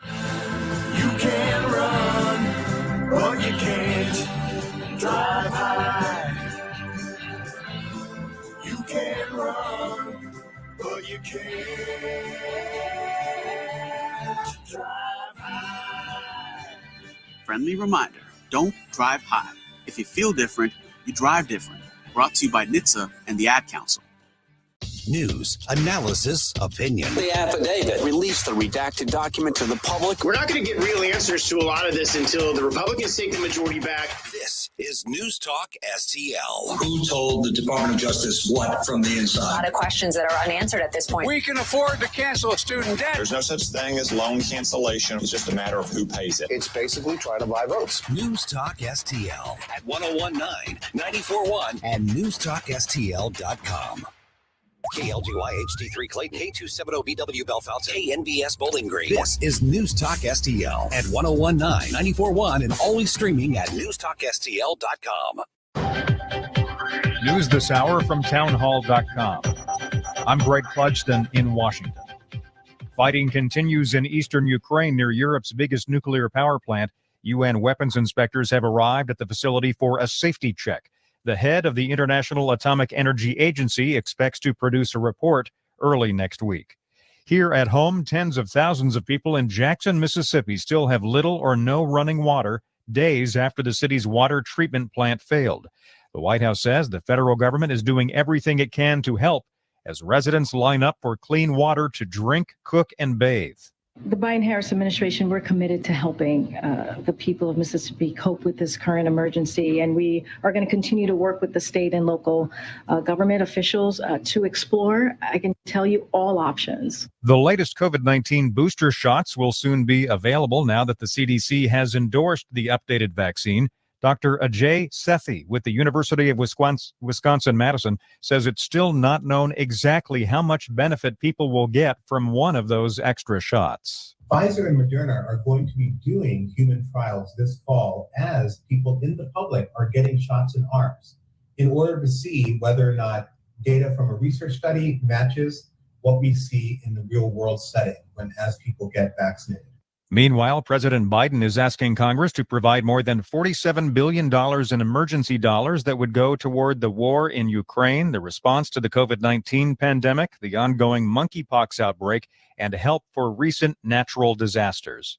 The White House counsel under then-President Trump and his top deputy arrived at a federal courthouse today to appear before a federal grand jury investigating efforts to undo the 2020 presidential election. Wall Street closed out the week with a sell-off. More on these stories at townhall.com. Relief Factor, pain relief that's natural, pain relief that works, and pain relief that attacks the source of the pain. That's the experience of tens of thousands of Americans who are taking Relief Factor right now. See their incredible video endorsements at relieffactor.com and then order your 3-week quick starter pack for just $19.95. That's less than $1 a day. Find out if it can work for you like it works for me by ordering your 3-week quick starter pack today. relieffactor.com, relieffactor.com. Be the next success story. We tried Dynovite nutritional supplement, and after a couple of weeks, we noticed a big difference. Our little Gizmo's coat was shinier, and there was a lot less scratching and shedding. My dog smelled and scratched constantly. We bathed and sprayed her, took her to the vet, but no results. Now, a little Dynovite in her food helps Bella keep her beautiful coat with no scratching or smell. Happier, healthier with every bite. Over 1 million pets helped with Dynovite. Permanently. From the Michaels Flooring Outlet Traffic Center. This report is sponsored by Blindster. Do you want to save 50% on new blinds? Blindster.com offers custom-made blind shades and shutters shipped directly to you at prices less than big box retailers. Visit Blindster through September 8th. Save 50% off any order during their Labor Day sale. Blindster.com. They did wrap up that accident westbound 255 at Coke Road, but traffic still stacks up north of Route 3 Columbia, and that's because there's a vehicle fire in that backup. Eastbound 255, you're starting to move again into the JB Bridge. Southbound 270 at Page, a crash on the right shoulder, and then southbound 270 at Manchester, an accident blocking the two left lanes. Accident Clarkson at Baxter, the signals are out. Olive at Dealman. There's a crash westbound 64 at the Illinois Bank of the Poplar Street Bridge, and bumper to bumper westbound 4064 from 364 to I-70. I'm Tori Lyons from the News Talk STL Traffic Center. From the News Talk STL Weather Center. I'm News 4 Chief Meteorologist Steve Templeton with your first alert forecast. A little pesky area of low pressure is a little stronger than anticipated. It's why we have higher rain chances and cooler temperatures going into the holiday weekend. So there is going to be a chance for a few light showers this evening, and then 50% chance for some scattered rain, maybe isolated thunder on Saturday. Low of 67 and a high of just 81. A lot of clouds and a good chance for a few showers at times is why it's a cooler day Saturday.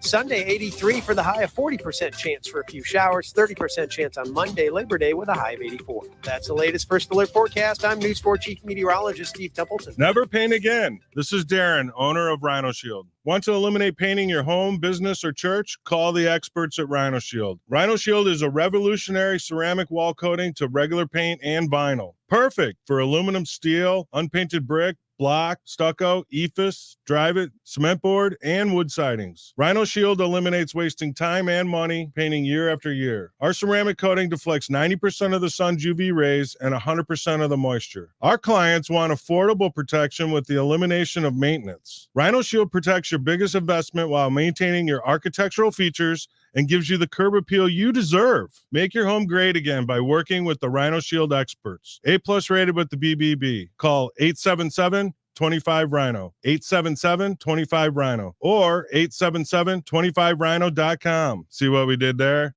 Genius. Tell them, ladies. Go Rhino Shield. Never paint your house again. Rhino Shield. St. Louis's new choice for conservative talk. Listen to this noise coming out of the White House. Live and local. We need to get the message to people who are not being helped by Democrats. Ron DeSantis showed people the back of his hand. This is News Talk STL.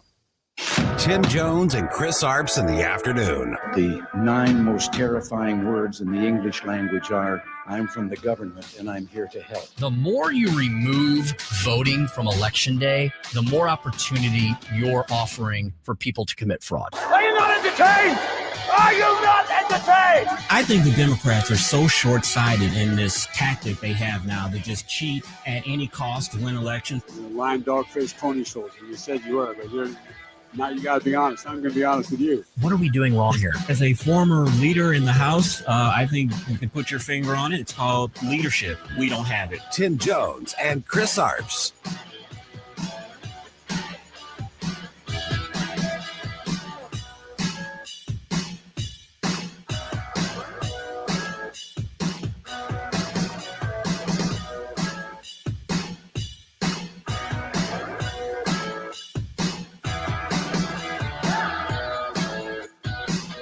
they're going to see the unemployment rate rising. That's not a good thing. And people, I think, are going to be concerned about that. You already have consumer sentiment being very low. So let's just remember the kind of milieu in which we live, which is one where we're looking at the market, looking at the Fed.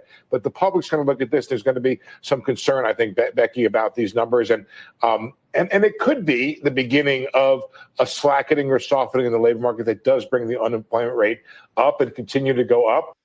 And welcome back to the Tim Jones and Chris Arps show here at 101.9 94.1 News Talk STL. It is Friday of a Labor Day weekend. We're taking you into the Labor Day weekend. It's 5:07 in the PM Central Daylight Time. Hope everybody is going to have a good, restful weekend for all of our laborers. Don't let the rain stop your party. I hate that they've changed the football schedule because this traditionally, a few years ago, it'd be Labor Day weekend and the start of the NFL season, but they pushed it back and then have started the week after. Now, I know a lot of people aren't as huge in the NFL as they once was. I kind of got back into it last year because they weren't as politically correct, even though the commercials were. But on the field antics, they had cut back a little bit, and the Cowboys were doing well. And so I got back into it a little bit. Yep, I have too. House of Dragons, have they had that second episode yet? They did. I haven't seen it yet. Oh, there's so much content. The House of Dragons and Rings of Power are both on at the same time. David and I are like, oh my gosh. Too much Middle Earth. It's too much content. Like, it's too much. They needed to space these things out. I wonder have you watched Rings of Power yet? Yes. Is it woke or is it okay? Great. I thought it was great. No, nothing woke about it at all. There was some criticism early on. Yes, Maybe there they fixed it. Yeah. So, you guys doing anything this weekend besides binge watching binge watching Netflix? Barbecuing and binge watching. Probably just resting. Just resting. Don't have any real plans. I did see something that was funny. It was a meme saying, like, for all y'all still on unemployment that aren't doing anything with their day, you don't get to celebrate Labor Day. Put the tongs down, and you don't get a bratwurst or a hamburger. You get a hot pocket. I love it. That's hating. That's some serious hating right there. Dang, spicy. No more quiet quitting. Yep. We're heading down to Memphis tomorrow for Katie's Southeast Regional Cross Country Meet. It'll be the last year she does this. Then she heads off to college next year, so we thought we'd all better go again. And going to stay at the Peabody Hotel in downtown Memphis, and then have some Corky's barbecue and watch the meet at this huge soccer park on the outskirts of Memphis in the suburbs, and then head back on Sunday. And then it'll just be hanging out through the weekend. Tim, is the Peabody Hotel where the Ducks walk through the hotel across the street? You are correct. I've missed that. Never done. Have you ever seen that, Katie? I have seen it, like on a video. On a video. Okay. Hey, so if you ever go, let me know. My sister can hook you up. Okay, we'll do that because we've always wanted to see it. We missed it when we were there, or something happened. But that sounds I think that's on Becky's bucket list. So we got there. I had seen it before. I was there many years ago for something, maybe a family thing. I can't remember, and we hadn't been in a long time. And my daughter, Abby, was with us last year. Katie remembers seeing the Ducks, but Abby was too small when we were first there years ago. So Abby was really excited last year. Last year, she was 12 years old, and we got there just in time. It's every evening at like 5:30. And Chris, they do this whole extravaganza that they've been doing forever, for decades. It's now a tradition. And there's a story behind why it happened. I think some ducks were brought there by a hunter decades ago as like a joke, and he put him in the fountain, and everybody thought it was so cute that it became a thing. So the ducks live on the roof of the hotel in like this duck penthouse. I love it. I'm absolutely not joking. Penthouse. And at 5 in the morning, they walk across from their little duck roost. They get in the elevator. Wow. They ride down the elevator. There's a guy dressed up in long tails and a top hat. Oh wow. And a cane. Okay, not the top hat, but everything else is cute so far. And he duck marches the ducks down across the hotel foyer, and they jump into the fountain and they hang out there all day. I love it. I love every minute of it. I want to see that. And at 5:30, they do it in reverse. Oh, so And these cute. little ducks are happy as clams. They get to play in this fountain all day. And they live upstairs in this penthouse of the Peabody Hotel. I'll they tell have you. the life of Riley. They've got the life of Riley. Those ducks were this close to being chopped up for a stew, and yet they're And they tell them exactly. confit. Yep. They tell the whole story and they give the whole thing in the presentation, and somebody gets to be an honorary duck master or whatever they call them. So they get somebody from the audience who gets to hold the little cane, Cute. and with the main guy, and it's all very cute. And then of course, Katie and Chris at the gift shop, there is duck paraphernalia of every. Oh, Yeah. cute. You can buy little ducks. You can buy shirts, robes. I love it. It's a riot. Yeah, then we went to Memphis maybe about 15, 16 years ago, and I heard about that, and Becky was all excited doing it, and I was like, it sounds kind of stupid. Like some ducks walking across the hotel foyer. What's so exciting about that? When you see it, it's like, I can't believe those ducks are doing that. They're like they march in single file. So cute. In and out of the elevator. It's the crazy. And you should see, Chris, people call everybody from outside. Oh, yeah. So like all the tour, the place is packed. It's got a double or a triple decker. It's like an atrium lobby. And so people go upstairs on the balconies. The whole place is jam-packed and filled. Yeah. The bar is cha-ching, cha-ching, Oh, cha-ching. yeah. And it's like a social occasion. Yeah. And so they call the lobby of the Peabody Hotel the foyer to the south. They call it like the entrance to the south. Yes. And it's there, it's right there, the Mississippi Delta. I mean, Memphis has so much history. We've talked about Dr. Martin Luther King, and they got that whole giant exhibit that used to be the hotel, and they still have the facade of the hotel as it was on that day. And they also take you across which part of the museum also, they take you across the street to the rooming house where the shots were fired from. They take you there. And if you go to Memphis too, if you're a big fan of R&B music, early R&B music, Stax Records was a big label in the 50s and 60s and 70s for R&B music. They have a museum there, and they've got a super duper pimped out Isaac Hayes 1972 Cadillac. It almost looks like the thing from the Escape from New York. It's all gold trim and all it's missing, Tim and Katie, you've never seen the movie. All it's missing is the chandeliers on the front of it, like an Escape from New York. So but cool. It's so funny. It's like, and he paid, this is 1971. I think he paid like $12,000 for this thing. Wow. And it was an extravagant amount of money to put into this car. Wow. Of course, I have to ask, have either of you been to Graceland? No. I passed by it, but we saw what it cost to get in, and he was like, nah, sorry, Elvis. No. I went by myself once. Suzanne had no interest. When we were there, like, what were we? See, I can't remember. We were there a long time ago, and I can't remember why. And I went. I was like, okay, I've got to go. So I went by myself. It's a bizarre experience. It's nothing like what you would expect, because the houses built back then were not mansions like we think now. It's a big house, but it's 1960s, 70s style. The rooms are all kind of small, but they're all there. The Jungle Room, Wow. the song we play, Walking in Memphis by Mark. Yes. I'll think of it in a minute. Mark Cohn. Yes. When he says, down in the jungle room. So yeah, the jungle room's there, and like all the other rooms that you've heard about, and the pink and the purple shag carpet. But it's weird. It's just it's not what you would expect. Like, okay, if you're going to Elvis's house, if you're going to Graceland, you're thinking modern day mansion, right? Hey, like we're thinking Kim Kardashian here. Not at all. Wow. Not at all. It's nice. It's a nice home. It's a big home, but it's all kind of cut up, and it's like that older style. You know? What does that say about, obviously things change, the economy changes, money changes, the whole bit. But what does that say about living, like being happy and living and being rich from that time to where we are now? Because you do look at like Kanye West's house, or you look at Kim Kardashian, or they made a whole production on MTV, like MTV Cribs, where you look inside these celebrity houses. And they're like, oh, here are 20 rooms I have never used before. I've never even entered into them. Here's a bowling alley in my basement. But then you go to Graceland and you see Elvis freaking Presley's home. And it's impressive, but it's not, there's not like a bowling alley in the basement. I think the biggest thing is the amount of money that these movie stars and these people now make.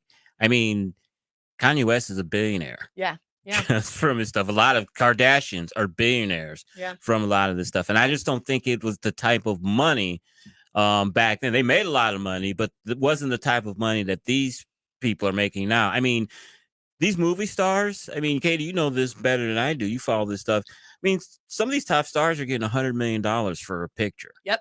You know, Yep. I mean, that's, And then they're I can't complaining even because they think fathom that kind they're of getting money. ripped off. Yeah. Then you have actresses and actors complaining that they're getting ripped Yeah. off. Entertainment has become a religion. That's Yeah. the problem. Yeah. Look how much value we place on entertainment and materialism versus anything else in this world. Yeah. That's so true. Right? It's amazing. That's a great segue to today's stump speech. How about that? Listen to me, listen to me. I'm very consistent. I'm a very stable genius. You want answers. I want the truth. You can't handle the truth. Are you not entertained? Are you not entertained? So that's another reason we need communism.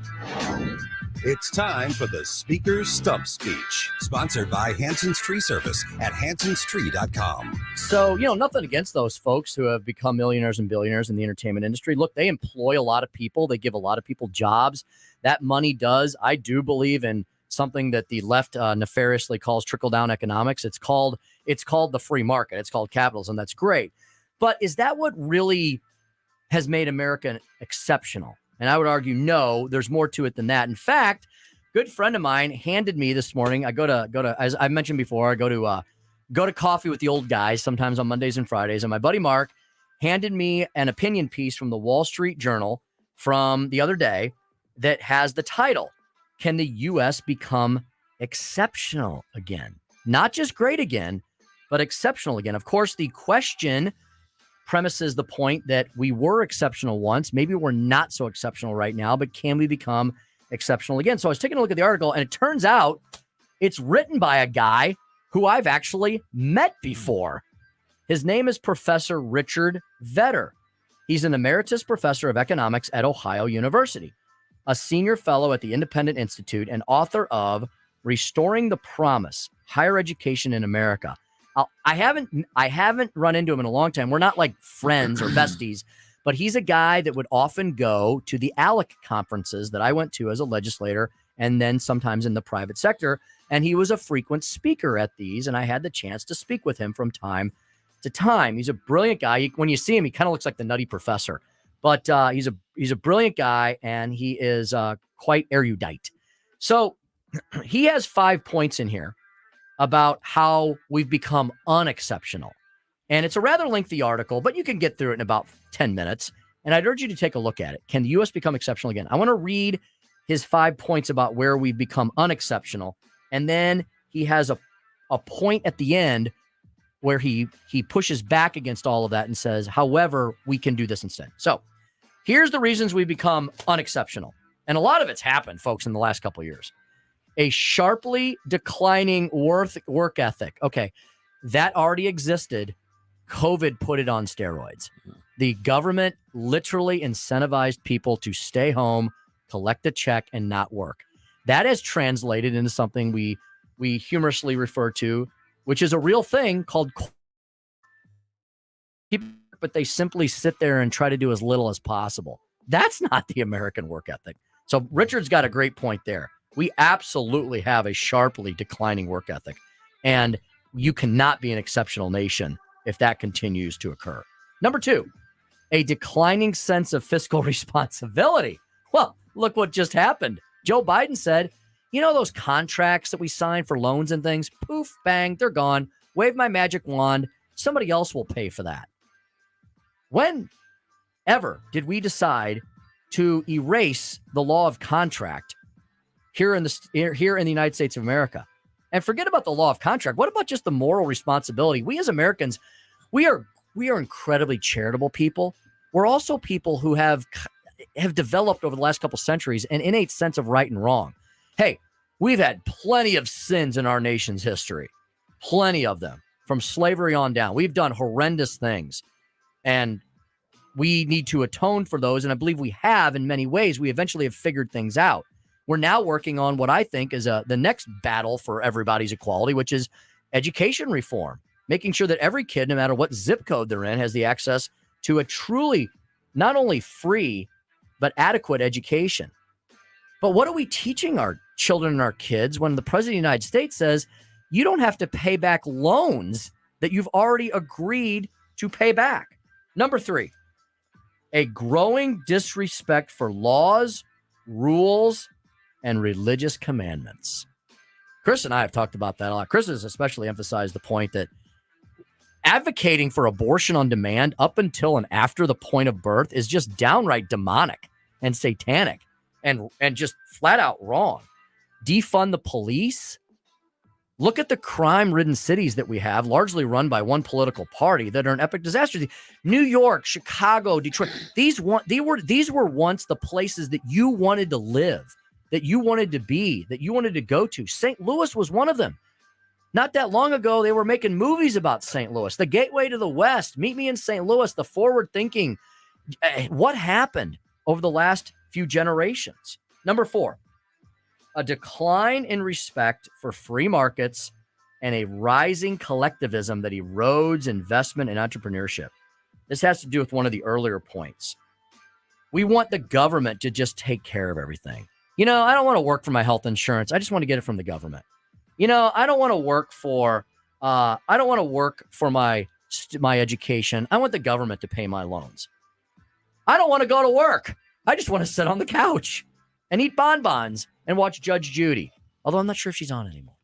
I think she is some other place. She has right? a new show now. New show now. And number 5, a rise in ignorance.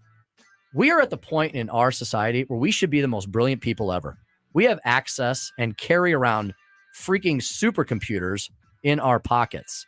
But yet, what are we doing with that knowledge? It almost seems like we're getting dumber some years.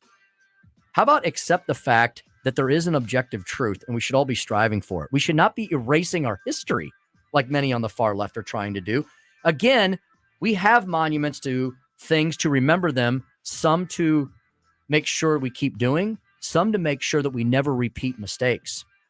At the very end, Professor Vetter pushes back on this and says, yes, all these things are happening. We need to reverse course, but to be exceptional again will require reclaiming and practicing what makes America uniquely special. It'll require a project of rediscovery, of finding something that not so long ago the nation abandoned. We're going to need great leaders for that, Chris. We're going to need great leaders indeed. And we're going to need great leaders that tell Americans that this is still our century. America's best days are not behind us, that we still have a very bright future instead of what the Democrats tell us of doom and gloom and the exact opposite. That's why people liked Donald Trump. Whatever you think of it, he was pro-America, and Americans are pro-America. Well stated indeed. Let's move on to our next segment here. Dr. Aaron Hedlund. And speaking of things like markets and productivity and labor, here as we approach Labor Day weekend, let's talk about the latest job statistics, which we haven't really dug into yet, with Dr. Aaron Hedlund, the chief economist at the Show Me Institute. He joins Chris and I next.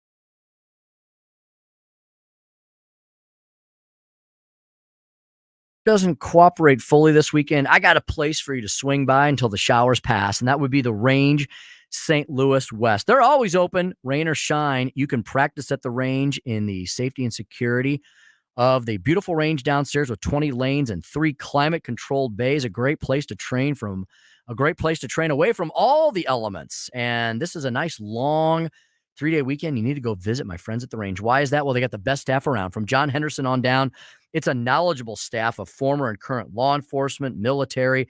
They're all professional shooters with real-world experience to help you make the proper purchase for your family so you can be your own best first responders, right?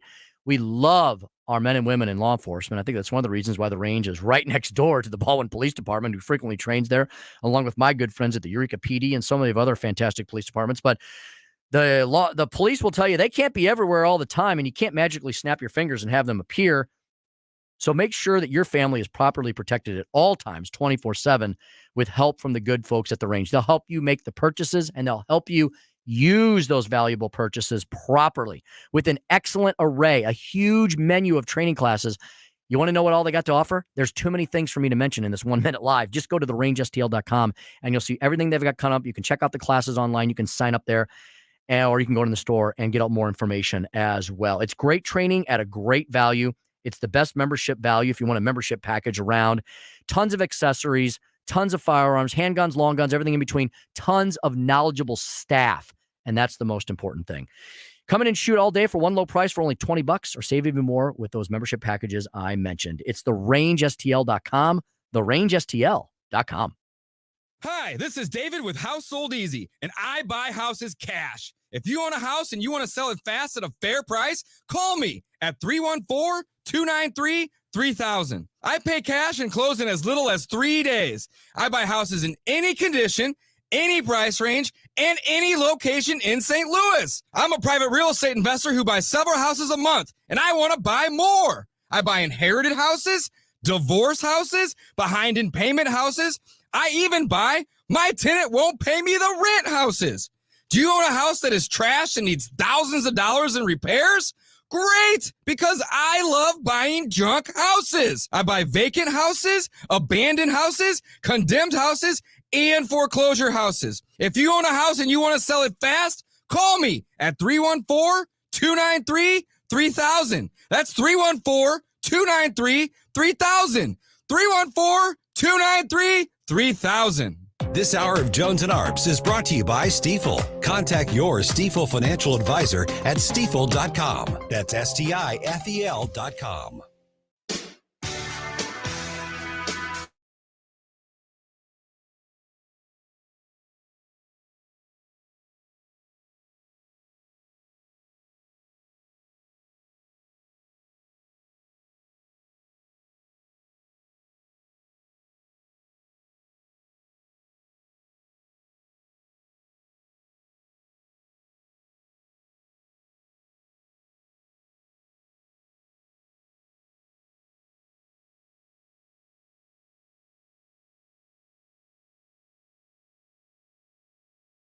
You heard me say that 1,000 times, but that's what's happening. And that's what we're here to talk about today. I wonder what our next guest thinks about that and so much more. Let's bring in Dr. Aaron Hedlund, chief economist at the Show Me Institute, former White House CEA chief domestic economist as well, at Aaron_Hedlund on Twitter. So Dr. Hedlund, first of all, welcome back to the Tim Jones and Chris Arps show. And secondly, do you agree with Joe Biden that he is building the economy from the bottom up and the middle out? I don't even know exactly what that means. Maybe you can figure that out for me as an economist. Well, first of all, thanks for having me on. And secondly, it's always difficult to decipher the gobbledygook that's coming out of the White House these days. If we look at the jobs numbers on its surface, it seems like a pretty decent month. It wasn't the 500,000+ we had last month, but 315,000, that's pretty good. However, look under the hood, and there's still some troubling signs. I mean, number one, which is, of course, I think on the forefront of everybody's minds, wages remain below inflation, and we're going to get the new inflation data a little later in the month as well. So people are still losing purchasing power, which is something that almost never happens. So that hasn't caught up yet. And also, we do see some downtick in a number of hours worked per week. So even though there's more jobs coming online, there's some early evidence that companies might be starting to pull back the hours. So we're going to just have to see how that plays going forward. But in any case, the idea that Biden himself is somehow building the economy is complete nonsense. I mean, we had low inflation, strong job growth, low unemployment going into 2021. And really, since then, he's done nothing to improve the trend whatsoever. The only thing he's really engineered is historic inflation.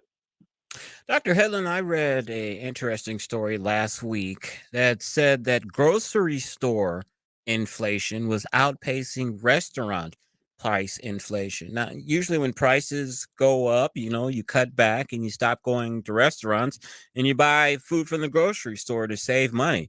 It seems like the opposite is going on right now. Can you explain that? Yeah, well, so I'd say the big challenge here is, so last month, inflation was 8.5%, which is itself a very high number.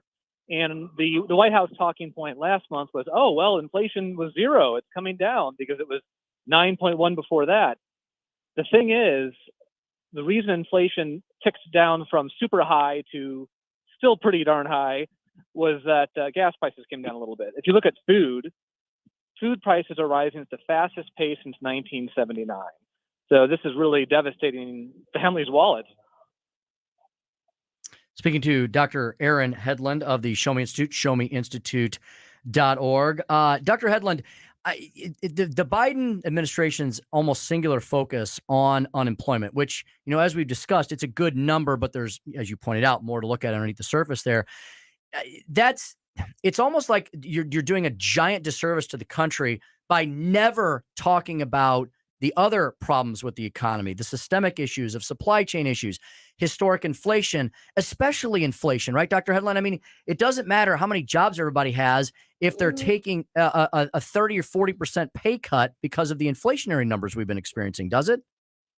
Yeah, I think there's two huge issues. One is what you just mentioned, inflation being at a 40-year high. That affects literally everybody. I mean, everybody's purchasing power is shrinking. And that's especially problematic for people with low incomes or seniors on fixed incomes. I mean, there's many seniors who live on pensions that don't even adjust for inflation. So they took basically a full almost 10% cut over the past year and have no real way of making that up. It's not like they're going to go back to work if they're 85 years old, especially if you have health problems. But then even the unemployment number, it's important to keep in mind, and this is true to think about during the slow Obama recovery, is that unemployment is just looking at people who are actively looking for work. The labor force participation rate remains a full percentage point below what it was in early 2020. And so right now we're actually on par with September 2015, which was the lowest number we had had in decades. So there are a lot of people who are on the sidelines or have left the labor force entirely. And that's a huge problem because that affects supply chains, that affects inflation, and a number of things. Dr. Hedlund, you may have answered my question here with that last answer, but the jobs report came out today, showed a pretty good number. I think 315,000 jobs were quote unquote created, but the unemployment rate ticked up a bit. Tell us why is that? Yeah, I think the big story there is that there was a minor uptick in the labor force participation rate, which is a good thing. As I just mentioned, it's still a full percentage point below 2020. So the mere fact is some people are looking that weren't looking before. And indeed, we do want more and more people looking for jobs because businesses are starving for workers. The question is, why are they now joining the labor force than they weren't before? And unfortunately, one of the reasons they may be joining the labor force is precisely because of inflation. Inflation has eroded their banks, their balance sheets, and they're feeling poorer, and therefore they got to go work. They got to go look. So that's really just, again, a consequence of the bad fiscal policies we've been experiencing over the past year and a half. Dr. Hedlund, what do you think the Fed does with this news? I heard a couple of commentators today on some of the business channels say, this was kind of a Goldilocks jobs report. It was very close for once. I think for the first time in many months, that the forecasters actually just about got it right. The last few months, they've been either way too high or way too low and very much completely missing the mark. This month, they were almost spot on. They were pretty darn close. So, the Fed was probably thinking, well, if that's what the jobs report is, that's what the jobs report is. Do they still go about raising interest rates? I mean, they kind of still need to tame these inflationary pressures, don't they? Yeah, so Jerome Powell, he gave a major speech just the other week at kind of the Jackson Hole Policy Conference, where really their credibility has been on the line. I mean, the Fed was late to the game to really recognize that inflation's not just disappearing on its own. And really, over the past couple months, I think markets have started to doubt the Fed's resolve. They've sort of started to price in the idea that rates might actually get cut in 2023, frankly, prematurely. So Powell came out in his big speech and basically said, no, we are serious. We're going to keep raising rates until inflation goes back down. So I think when you look at the report like this, that shouldn't change what their plan is. I anticipate that they're going to keep raising rates. And my own thought is that probably in 2023, at some point, we're going to be above a 4% federal funds rate. And we'll just have to see what goes from there. Dr. Hedlund, last week, the California legislature passed a bill that creates a government panel that sets wages for 500,000 fast food workers in the state. The bill is known as the FAST Act. It would establish a panel with members appointed by the governor and legislative leaders composed of workers, union representatives, and employers and business advocates. It would set an hourly wage of at least $22 an hour for fast food workers. You are the economic genius. Tell us what's wrong with that bill, sir. Well, to me, this shows the problem of people forgetting history. I mean, we're talking about dredging up policy approaches from the 1930s through the 1960s. Government price controls don't create jobs. Government price controls don't create productivity. And in fact, by the way, our productivity declined last quarter, the fastest on record. You know, the reality is if the government gets together with whatever kind of union organizers and whatnot to set wages, all that's really going to do is price people out of the labor market. Right? That does not do anything to resolve the issues businesses are facing, to give them confidence. For example, I mean, why are businesses concerned about investing? Why is investment really negative right now? Well, it's because they're concerned about inflation, they're concerned about tax hikes, they're concerned about a regulatory onslaught, and then of course there's the fact that energy itself has been already sort of increased regulation over the past year and a half.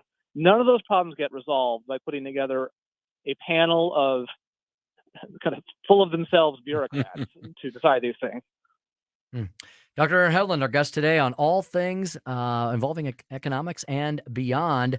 Thanks so much for joining us today, Dr. Aaron. We asked folks to check you out at Aaron_Hedlund on Twitter and, of course, at showmeinstitute.org. Have a great Labor Day weekend. Thank you, You sir. too. You as well. All right, that's Dr. Aaron Hedlund there. Guy's really smart. Very smart. Probably could never ask him a question we would stump him on. Very smart. Probably not. All righty. Well, it's 5:40 in the PM. We're getting quickly and closer to a full Labor Day weekend. Hope you're enjoying us on your drive here and there. Be careful. A little bit of rain in the area as you get out and about, but I think the weekend's going to improve as it goes forward. We'll talk about maybe things we may have missed when we come back. And of course, we've got the 6 o'clock hour straight ahead with Michael Reynolds of Michael's Flooring Outlet. We're going to catch up with Michael on the horrible flooding he experienced a few weeks ago and how he has rebuilding from that. And Zach Smith, our favorite legal eagle at the Heritage Foundation. If you'd like to give us a call in the next segment, 314-912-1019, 314-912-1019. All that straight ahead at 101.9 94.1 News Talk STL.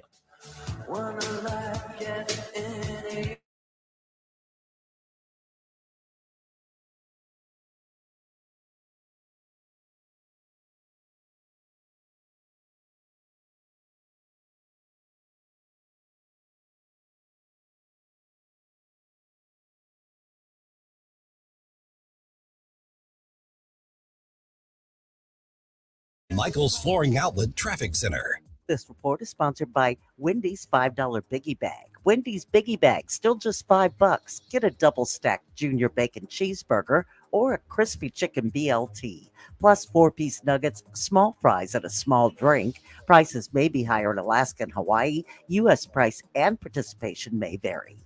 Accident eastbound 270 east of Warrenton, really jamming up traffic. There's a crash westbound 70 at 141, and then stop and go westbound 70 Bryan Road all the way to Wentzville Parkway. Bumper to bumper southbound 270 from Page to Ladue. Southbound 170 lines up between Delmar and 64. Roadwork stacks up east and westbound 64 at Illinois 161. You're starting to move better now westbound 64 at the Poplar Street Bridge, and a solid backup westbound 4064, 364 to I-70. I'm Tori Lyons from the News Talk STL Traffic Center. From the News Talk STL Weather Center. I'm News 4 Chief Meteorologist Steve Templeton with your first alert forecast. A little pesky area of low pressure is a little stronger than anticipated. It's why we have higher rain chances and cooler temperatures going into the holiday weekend. So there is going to be a chance for a few light showers this evening, and then 50% chance for some scattered rain, maybe isolated thunder on Saturday. Low of 67 and a high of just 81. A lot of clouds and a good chance for a few showers at times is why it's a cooler day Saturday. Sunday, 83 for the high of 40% chance for a few showers. 30% chance on Monday, Labor Day, with a high of 84. That's the latest first alert forecast. I'm News 4 Chief Meteorologist Steve Templeton. This is what's happening. There will be no place for them on Ukrainian land. There's no evacuation going on at the NC. 101.9 and 94.1 News Talk STL. These MAGA Republicans won't stop there. They want a national ban. News, analysis, opinion. Selling your St. Louis area home is a big deal. It's one of the biggest financial transactions you will ever make. In St. Louis, call Gloria Liu with Your Home Sold Guaranteed Realty. That's Gloria Liu with Your Home Sold Guaranteed Realty. She'll do a great job for you. Gloria has mastered the home selling process to help you maximize the sale of your home in this crazy seller's market. Why, Miss Liu? Gloria already has the buyers. Thousands of them looking for homes in your neighborhood and your price range. Fact is, with Gloria Liu, your home may already be sold. And while most agents make big promises, Gloria will sell your home at the agreed price and time frame, or she will buy it, guaranteed in writing. So please call Gloria Liu today, 314-325-6888, 314-325-6888, or visit GloriaHasTheBuyers.com, GloriaHasTheBuyers.com. Hey, Tony Colombo here for the great team at All Solutions Pest Control. All Solutions is the pest control company Christine and I trust with our home because they don't cut corners and they take the time and use the best products available to help protect your home at the highest level possible. Call All Solutions Pest Control today at 636-486-7888 and learn more about our special $67 introductory offer, or visit us online at allsolutionspestcontrol.com. If a pest-free home is your goal, call All Solutions Pest Control. Mike Ferguson in the morning. Hope you have a safe and fun Labor Day weekend. After that, final stretch into the midterm elections. We're all over the election coverage on the morning show. Mornings starting at 5:30 on News Talk STL. This hour of Jones and Arps is brought to you by Stifel. Contact your Stifel financial advisor at stifel.com. That's STIFEL.com.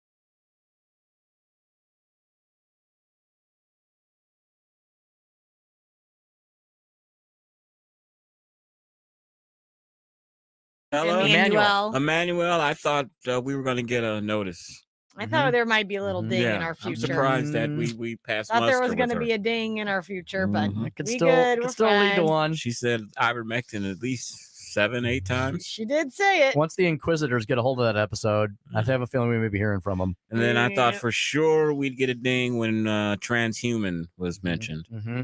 We've talked about in the last two, and since we've been on YouTube, we've talked about all of that. We've talked about January 6th. We've talked about electoral integrity. Yeah, I can't imagine we haven't had 30 strikes and you're out at Maybe this they're point. toning down. Maybe they're allowing more thought on their platform. Yeah. Interesting. I don't know. Not. Well, Probably you not. know what? Not on YouTube, I don't think. What does Dan Bongino call it? Screw tube. Screw Yeah, tube. screw tube. Oh boy. So I was geeking out a little bit in the break with Katie. So Game of Thrones, House of Dragons has released its second episode. I have not watched it yet. Chris, have you gotten through the first one yet? We've watched both of them. Oh, actually. good. What'd Yeah. you think? What did you think? I You enjoy fan? it. I am a fan. I am waiting to see what happens. I enjoy it. So the second one was not a letdown after the first one? Okay. No. 'Cause I thought the first great. episode was really good. I did too. Okay. I'm going to catch up tonight. What's really keeping me really intrigued in the series and want to keep continuing to watch it is how does the brother fit in with the white hair along with the other royal people with the white hair? Have they explained that yet? You know what? But they're trying to. Well, I don't want to give it away, Okay. but they're. Yeah. Yeah, I won't. They so they didn't explain it in the show. All right, but he 'cause I'm explained it curious. in a like it wasn't Vogue, Inside but, the you know, it was episode like or the something? GQ Because he's kind of thing. related to them, right? Aren't they related, kind of in a sense? So he's not a Targaryen. He's Okay. not. He's a He's from Valyria. Valeria. Yeah. So that's where he's from. But their ancestors and everything have been together for a Okay. very long time. Ah. And he, on a personal, on his own thing, when they're asking about his character, this is a question that I guess has come up a lot. Yeah, how the brother with the white And dreads. that's what he said. He was like, nobody said anything about distinctive color, I guess, in the actual books about his character. So I think he's just like, why would this not be possible whenever there are so many other elements to, it's Game of Thrones. Yeah. I'm like, okay. I look at it as the white hair is some type of genetic thing, of course. Maybe within the Valerians, there is a genetic quirk or whatever where the people, someone is born very dark skinned, but they still have the white hair. And you know what? It is not part of Westeros. It's not part of the. It's from across the sea. It's from across the sea, which would make sense. That's because, Middle Earth, right? No, different place. But that would make sense if it's across the sea. There's a lot of people with darker complexions that we see with Daenerys. Probably the sun is probably the planet's probably tilted towards the sun on that part of. So, Chris, you'll be very interested to know that when you read the books, George R.R. Martin does have a very diverse a group of characters on this world that he's created. And yes, he's got a land that sounds a lot like Northern Africa and Egypt. Wow. And all that. And the way he describes the characters, they're not all a bunch of white people from Westeros. There's people of, and some of it's like one group of characters is like nothing we have on the planet. There's a group of they're almost like they're like an albino race almost. And then there's people of more, darker skin. And so it's a very ethnic world. It's kind of interesting how he's created a whole different planet. Nobody did diversity better than Gene Roddenberry on the old Star Trek series when That's they true. had Captain Kirk making out with the green chick. I mean, you And don't that- get that any still more diverse. continues. That's To this day. diverse. You don't get any more diverse than that. Klingons? What the hell are those things? Exactly. So, Jeff Allen right now is, what the hell are you all talking about? We're all geeking out right now. I always remind my wife that back when I was a kid, I was a total nerd. Nerd alert. I was into Dungeons and Dragons and all that stuff. Oh my gosh, Tim. Read all the Tolkien novels. So Rings of Power, Chris, which you should get into next. No, I can't get into the Tolkien stuff. No? It's that's not for too deep you. for me. Oof, man, So, it's good. Becky. this is the precursor by thousands of years to Lord of the Rings. Okay. So it's kind of like how it all began. It's where did the Rings of Power come from that were given to all the different races of Middle Earth.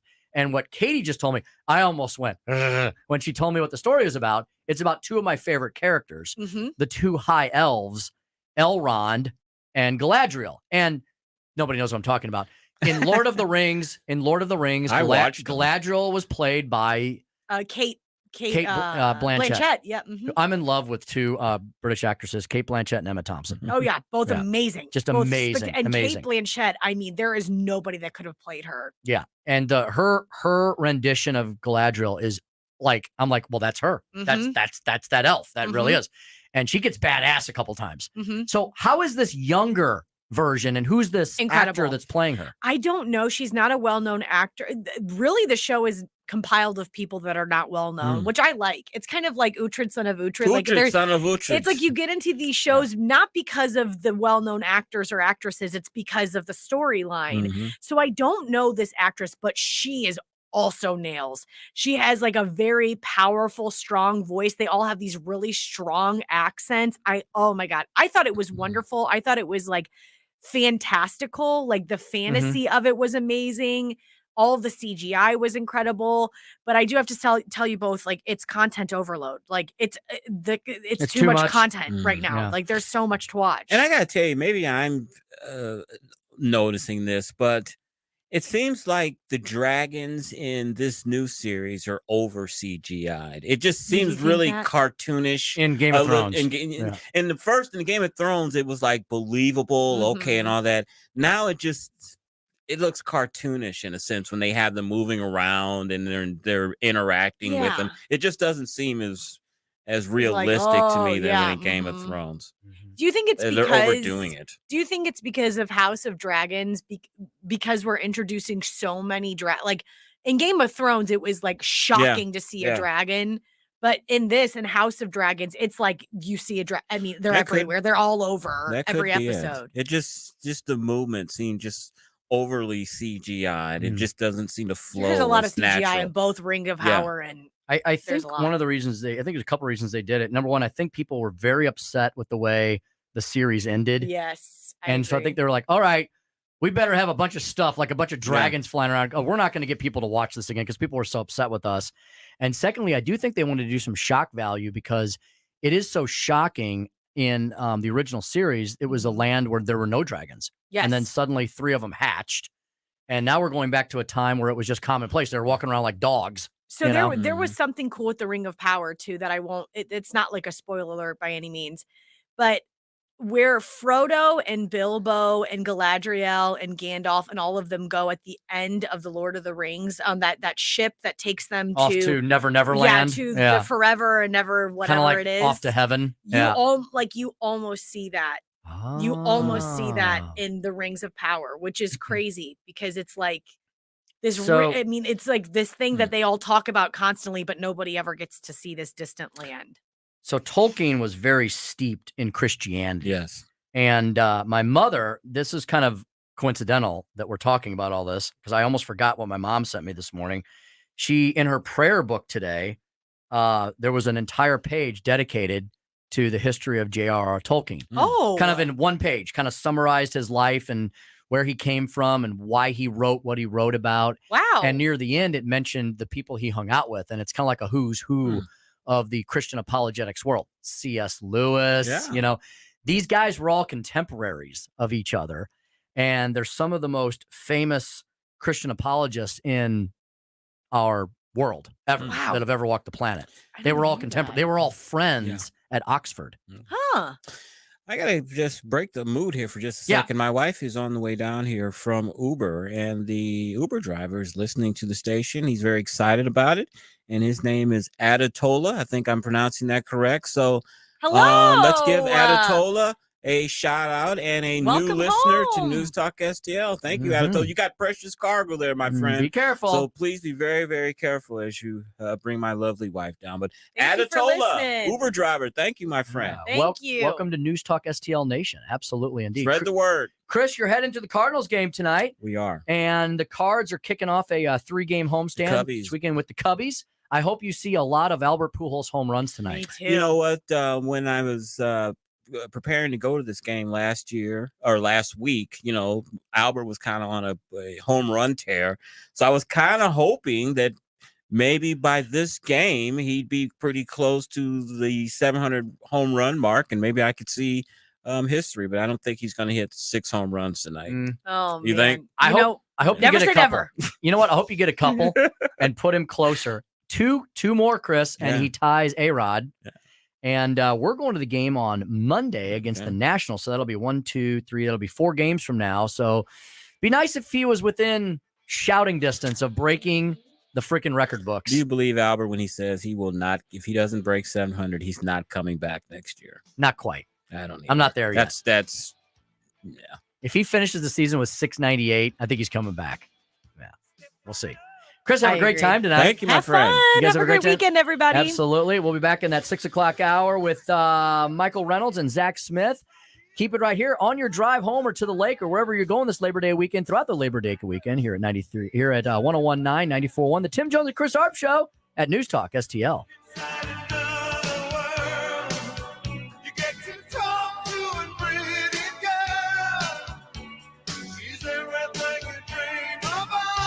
Spend your Labor Day at the ballpark on Monday, September 5th. The Cardinals host the Nationals. That day, 25,000 fans, ages 16 and older, will take home one of 2 exclusive Cardinals patriotic bucket hats. You won't know which one you'll get until you walk through the gates of Busch Stadium. That's Monday, September 5th. The Cardinals, the Nationals, and the mystery patriotic bucket hat. Great seats remain. Get yours today at Cardinals.com.